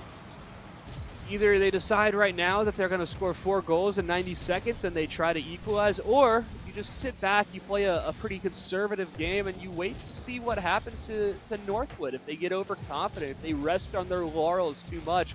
Because right now, Northwood have come out and have no reason to believe that they're not going to win this game. I mean, right now they're out here freestyling, and they haven't been punished for it just yet. A nice shot will rain in for UNC Charlotte. But I guess the best way to describe this last 4 minutes has just been absolute domination, as Noxus pre-jumps that aerial to get up for it. Less than a minute to go, and Northwood are absolutely playing out of their minds. Yeah, it seems like Northwood are completely predicting everything UNC Charlotte are going to do, and UNC Charlotte cannot stop that one. A little quick double touch off the backboard coming off an accidental pass through from the UNC Charlotte player there. Maybe not. His teammates don't have enough boost to get up to that one. They didn't go for the ball at all after that double touch, so maybe just a little bit of miscommunication from those guys, and it's just fallen straight to him, and they've really just a dagger in the back of UNC Charlotte with that finish. Yeah, whatever winner's bracket run that UNC Charlotte has had up until this point is immediately soured by the pace that Northwood is providing. 30 seconds remaining. Don's going to look for some kind of a confidence booster moving forward, but that one will be tucked away by Pirates. 25 seconds left to go, and I mean, look at Noxus just pre-jumping off the sidewall. The confidence is overflowing right now for Northwood, and UNC Charlotte aren't seeing a drop of that in their own camp. Soft touch by Alpha. He won't be able to find it. Pirates nets a 6. This game is done and dusted. Absolutely. I feel like it was done and dusted quite a lot earlier, even seeing how everything was being played, and UNC Charlotte are just having such trouble dealing with all of the pressure that Northwood are putting on that they can't even help themselves but be able to only parry it straight back into Northwood's attacks. Yeah, absolutely. 10 seconds remaining, and Northwood's going to have complete control. They're going to win this game. It's 1-0 in favor of Northwood. If Northwood continues this momentum into games number 2 and 3, UNC Charlotte is not going to have a good time. They're even looking for a 7th here. They'll put it over the defense. It's like they hit the score button and the tally goes up 7-0 at 0 seconds. UNC Charlotte dropped game number 1. I guess rather Northwood absolutely pummel UNC Charlotte in game number 1 and take, well, a 1-0 advantage. Really didn't seem like they even had to try from the beginning to the end. They had no holes in their defense. They had so much attacking power. Nox has got over 1,000 points in that game, and I think that was more than 15 shots coming out from the team combined. So absolutely insane from those guys, and they just didn't give UNC Charlotte even a glimpse at winning that game. And the craziest part about it is, like you said, they had over 15 shots. The fact that they're even close to having 50% shooting accuracy in terms of, or I guess scoring accuracy, off the back of that kind of offensive pressure is absolutely incredible. It's a 1-0 start from Northwood, but really I have a lot of questions for UNC Charlotte and when they're going to start, because surely they score a goal sometime soon. Hopefully they could come out with some fire and take it to Northwood in this game number 2. But Daffy, Alpha, Giddy, and Don, I mean, how are they going to get something done? Are they going to just crumble underneath this pressure that Northwood continues to apply? Or is Charlotte going to step up? Are they going to start to work their game plan and find some goals and maybe find a leg in for this series? I mean, yeah, the thing is, we know UNC Charlotte are not a bad team. They're the 4th seed in this. They've won a lot of games coming into this thing, and they've won all their games up to this point in the tournament itself. So it's not like they can't win against these guys. It's just there's such a gap in the way they're playing that I think UNC Charlotte really needs to stop trying to absorb all their pressure and just start trying to counter-attack these, get goals of their own, maybe go for a more pressureful game. Absolutely. And normally I talk about like the holes that UNC Charlotte would be able to exploit or the opportunities that they're not able to convert on. But quite frankly, I don't see any holes in the camp of Northwood. UNC Charlotte just seemed like they were Swiss cheese out there. Meanwhile, well, Northwood looked like a block of marble. I don't know how UNC Charlotte's going to get back into this, but we can only hope for the most entertaining of games right now as well. UNC Charlotte, something has to change moving forward in this series if they even want a leg up in this series. Yeah, absolutely. I mean, Northwood are just looking so almost perfect coming out there. I didn't really see any mistakes coming out from them, and there were so many interplays between the teammates that it must be looking really, really dire for like daunting actually for UNC Charlotte to get back into this one. It's all about the mental game at this point. I think they really need to just shake off, brush off that loss, and really get into this next game really reinvigorated. It's still 0-0. You can still win this one. They still have 3 more games to come back. They need to try and get as much as they can out of them. Yeah, absolutely. We're just waiting for this game to get underway. It looks like we're having a little bit of technical difficulties as soon as we get started. Oh, never mind. It looks like we're coming up right now as quickly as we can. But we've got game number 2 on our hands. Northwood is, well, starting off strong again, starting down in their opponent's half. It's going to be off the crossbar. Nice save by Alpha just to alleviate some of that pressure. But against Northwood, there is no alleviating the pressure. It is one constant onslaught. At least that's what we've seen in game number 1. Can Northwood continue up this pressure? Will they succumb? Will UNC Charlotte get back into it? We'll just have to wait and see. But the passing plays already coming through from Northwood certainly do not bode well for UNC Charlotte. We're seeing a little more defensive. They seem a little more put together, UNC Charlotte, with their defense. Northwood, I can see actually whiffing a couple of shots, so maybe they've got a little bit complacent coming into this one. A little backwards pass from UNC Charlotte puts Northwood on the back foot. They get it onto the backboard. This is much more promising from UNC Charlotte.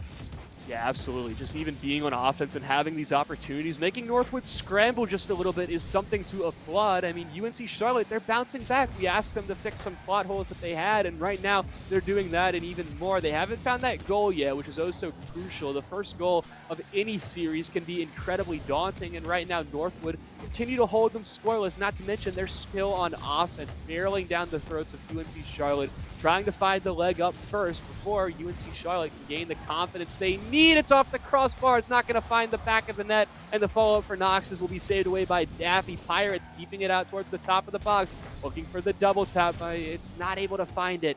UNC Charlotte survive another day, but how many more days are there left in this series? Not that many. Northwood have to continue to apply this pressure, as we know they will, and UNC Charlotte have to continue to hold on.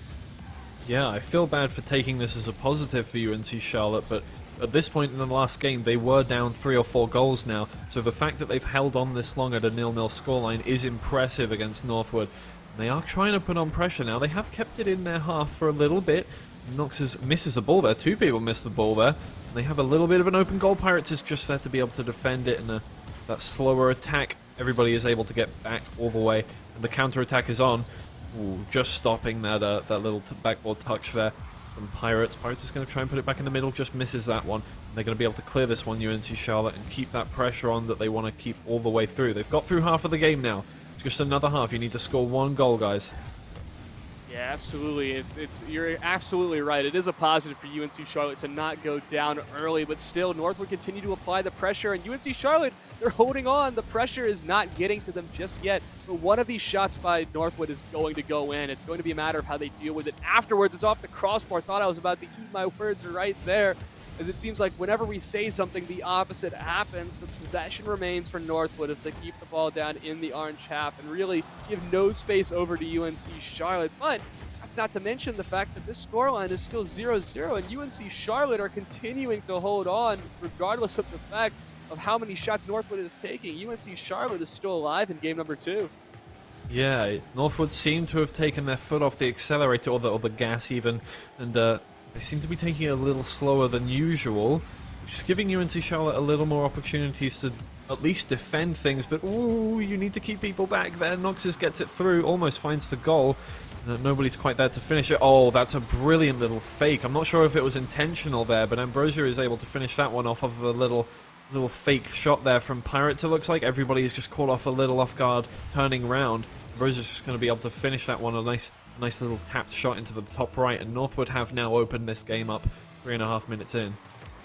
if that's a fake, that is a brilliant call by Pirates or Ambrosia to recognize the fact that all three members of UNC Charlotte are grounded right now and they have no chance to get up for this ball. If it's not, it's just a great shot of Ambrosia. He's pulling his weight and even more. They found the goal and the leg up. It's another shot in by Noxus. That's not going to find the back of the net. Ricochets off the post once more, but Pirates keeps possession too, putting it towards the top of the 6. No one's home. Rather, no offensive player there to help them out. Northwood still have the advantage on against UNC Charlotte here in game number 2, but Northwood, certainly this is not a comfortable lead, and UNC Charlotte have the potential to come back in this. Yeah, Northwood have opened the floodgates, but they haven't started the flood quite yet. They're only 1 goal up, which is a uncomfortable situation for them for sure. And as UNC Charlotte try and stage a comeback here, tries to hit it off the backboard. They're not even going to let them get to the backboard, but Noxus has to pull off an impressive acrobatic save there to stop that shot from going through. And UNC Charlotte are looking good in these counterattacks. They're getting them past at least 1 or 2 of the Northwood defenders, and it's all down to just one person usually now to keep this one out of the goal. But Noxus is going to get this attack back on. Northwood are going to relieve a bit of pressure with 20 seconds left to go. UNC Charlotte really have to make a push now. Finish this one off.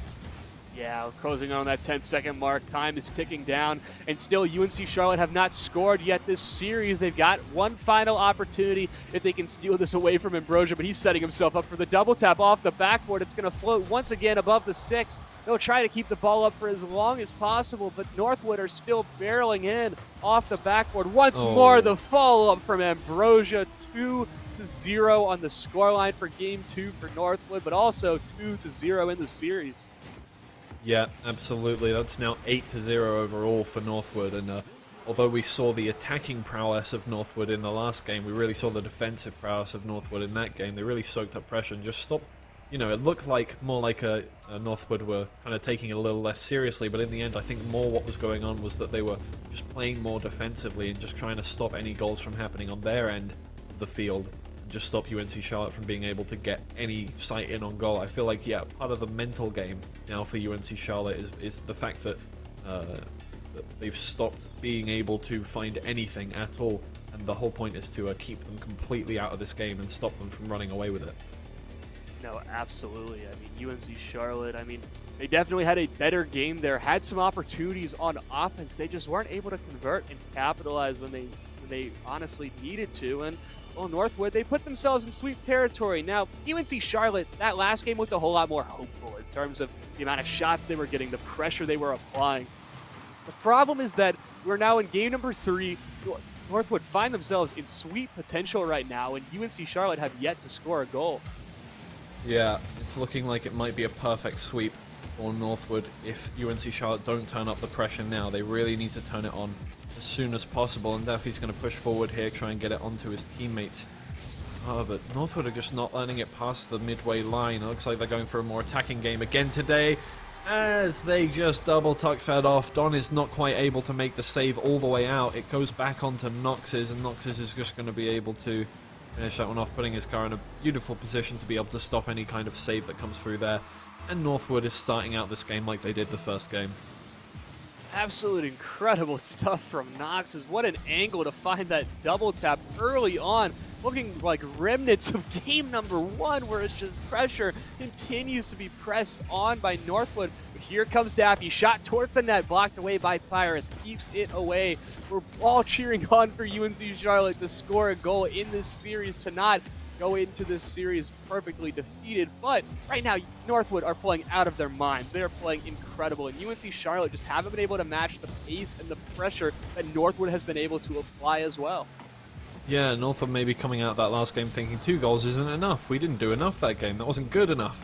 We need to come back into this game with a lot more attacking power, and UNC Charlotte almost scores their first goal, but it's not quite going to find the back of the net. Ambrosia's going to be there, but they're a little disjointed in defense. This is when you can score your goal, UNC Charlotte. They are running out of boost. Oh no, Northwood's going to run away with it. Noxus gets on top of the ball, and he's just going to try and guide it all the way in, but doesn't quite find it. And now UNC Charlotte are on the back foot again. Yeah, 90 seconds in, Northwood continue on with their advantage, and UNC Charlotte just have no answer to the question that is Northwood right now. As Northwood continues to apply offensive pressure, and well, quite frankly, if game number 1 was offensive dominance, and Game number 2 was defensive prowess. One thing I'm already noticing out of Northwood is just midfield control against UNC Charlotte. They're not letting UNC Charlotte cross that midfield line, and they're controlling the boost to perfection right now. Now, the question is, can they keep up this pressure? Will UNC start to find some answers and stuff? But right now, Northwood playing incredible. They're even pre-jumping these, looking for double taps off of freestyle-esque plays. Fact of the matter is, right now, Northwood hold on to the advantage, and because of that, control the outcome of this game. It's a long shot towards the post, knocks his own goals. Don finds the opener for UNC Charlotte as they finally equalize. I said earlier whether by an inch or a mile. That is, I think that's the smallest inch I can think of there. An own goal getting you your first goal in the series, but UNC Charlotte need to now build off of that. They need to try and take some momentum off of that own goal and try and make something happen for themselves. Northwood are looking a little less serious coming into this game. Yeah, it's a bit of a silly goal that knocks his own goals, but the fact of the matter is that UNC Charlotte, I mean, that equalized the scoreline for them, and it gives them some confidence moving forward. Daffy almost puts one in, just unable to find it off the back of that. Nice touch, falls down to Pirates. This is not a scenario that you go into thinking, oh, this will be easy. Thankfully, it's tucked away, knocked away, but right now, here comes the UNC Charlotte again. Alpha Giddy with another shot, and right now the defense is holding on solid for Northwood, as quite frankly, they have mastered breaking out of this offensive spurts that UNC Charlotte find them in, and well, Northwood looking to take the series in 3 right now, looking to find another goal soon. Yeah, UNC Charlotte seem to have taken that goal in stride, though. They are keeping on a bit more of an attacking pressure than we'd want to see, but that clearance is not going to find anything but Ambrosia's car. And they'll smack that back in. A little weak clearance there, and left up in the air, no chance to get on the back of that. Alpha's left in the back, not being able to pick up on that one as quickly as possible, and Northwood are now back up into the lead with 1 minute and 44 seconds left to go. Yeah, absolutely. It looked like Don wanted to flip into that ball, but double jumped instead. And you know what? That happens. That's just how the cookie crumbles occasionally. But you can't give that over to Northwood. It's going to be a heartbreaking goal that's scored on UNC Charlotte. But so far, like you said, they've been taking it in stride right now. They continue to remain on offense. They're continuing this pressure. And, well, really, they're taking it to Northwood here in game number 3 for the first time for what we've seen in this entire series. Now, that's not to mention the fact that Northwood have continued to hold on and are playing resiliently. UNC Charlotte look a whole lot better in game number 3 than they have in games number 1 and 2 so far. Yeah, absolutely. We even saw... Whoa, wow. Knox's comes off with a little 50 there that just bounces off the top of the car there. And yeah, I mean, it's just a great interception to get it off. And, you see those from time to time. There's no shot for the defense to do anything about that. Northwood are now 2 goals up with 1 minute left. I was about to say UNC Charlotte, you know, we saw their first demo from them coming out this game, and you know, it seems like they're really trying some different things against Northwood now that they've got that first goal, but in the end Northwood just seems like an impassable wall now. Yeah, it's definitely going to be a tall feat at the least. A great save by Don, though, prevents the 4th goal from being saved as UNC Charlotte regroup in their own half. They've got 40 seconds to find 2. It's 20 seconds a goal, roughly, if my math is correct. But they've already burned a quarter of that, and they haven't found a goal just yet. UNC Charlotte find themselves with 30 seconds left in potentially their winner's bracket or life right now. And right now, I mean, Northwood, they just look like they're pre-jumping everything, freestyling, and it doesn't look like they're going into this, like, try-harding. It looks like they're just having fun at this point, and that's a scary sight at that. Yeah, they're going for clips at this point, it looks like, and the open defense is going to let UNC Charlotte get back into this one. With 10 seconds left and only a 1-goal deficit now, it is possible for them to retake this one, and Pirates, actually very awkward for them. Maybe that wasn't really them being silly, it was just the fact that it was a very awkward little bounce down from the top of the from the goal back down into the face of the goal, and UNC Charlotte really do take that in their stride. They're going to take out Knox's and go for a quick goal off of kickoff here, but Pirates is there to stop that one, and I don't think it's going to happen. That is going to be it, unfortunately, for UNC Charlotte. That is going to be the game for them. Oh! Pirates had to stop it again, and the final nail in the coffin, almost scoring that last goal. But Northwood, a pretty dominant series from them there. Yeah, I mean, I think if we have to talk about dominance, I think that the performance that Northwood just put on is the absolute definition of that. I mean, UNC Charlotte had opportunities. They were working their way down the field. The core problem wasn't working the ball down the field. It was just the fact that Northwood never gave them anything to work off of. There were so few mistakes made, so little opportunities for UNC Charlotte to capitalize. One of the goals that UNC Charlotte did find in this entire series was off the back of a Knox's own goal, which it happens, but still, that shows you just how close or how far away, I guess, Northwood was playing compared to, well, UNC Charlotte. Yeah, absolutely. They just seemed completely dominant. It was absolutely insane from them, and we can really see why they're the number one seed on this one. And as we see here, look, Knox is coming through. The play from Knox was so good this whole series. I think getting over 1,000 points in a couple of those games there, and especially on this one, the interplay between Pirates and Noxus was so good. Everything, it seemed like, from Northwood just went their way. Yeah, absolutely. It just seemed like if it could go right, it did go right for Northwood, and they just took it away, all the way away from UNC Charlotte. Northwood put on an absolute show, and we'll be moving on in the winners bracket final. I believe they'll be going up to play UCF, and if Northwood's going to bring this kind of performance against UNC Charlotte, they are going to be a scary team, not just against UCF, but for the rest of this tournament. Yeah, absolutely. It's just so insane to see the kind of quality that Northwood have. I've looked up a few of their previous games in like UCL tournaments, and it's just, this is the kind of thing you expect to see from the highest level of Collegiate Rocket League. It's mind blowing the difference here between even the fourth seed and the first seed in a tournament like this.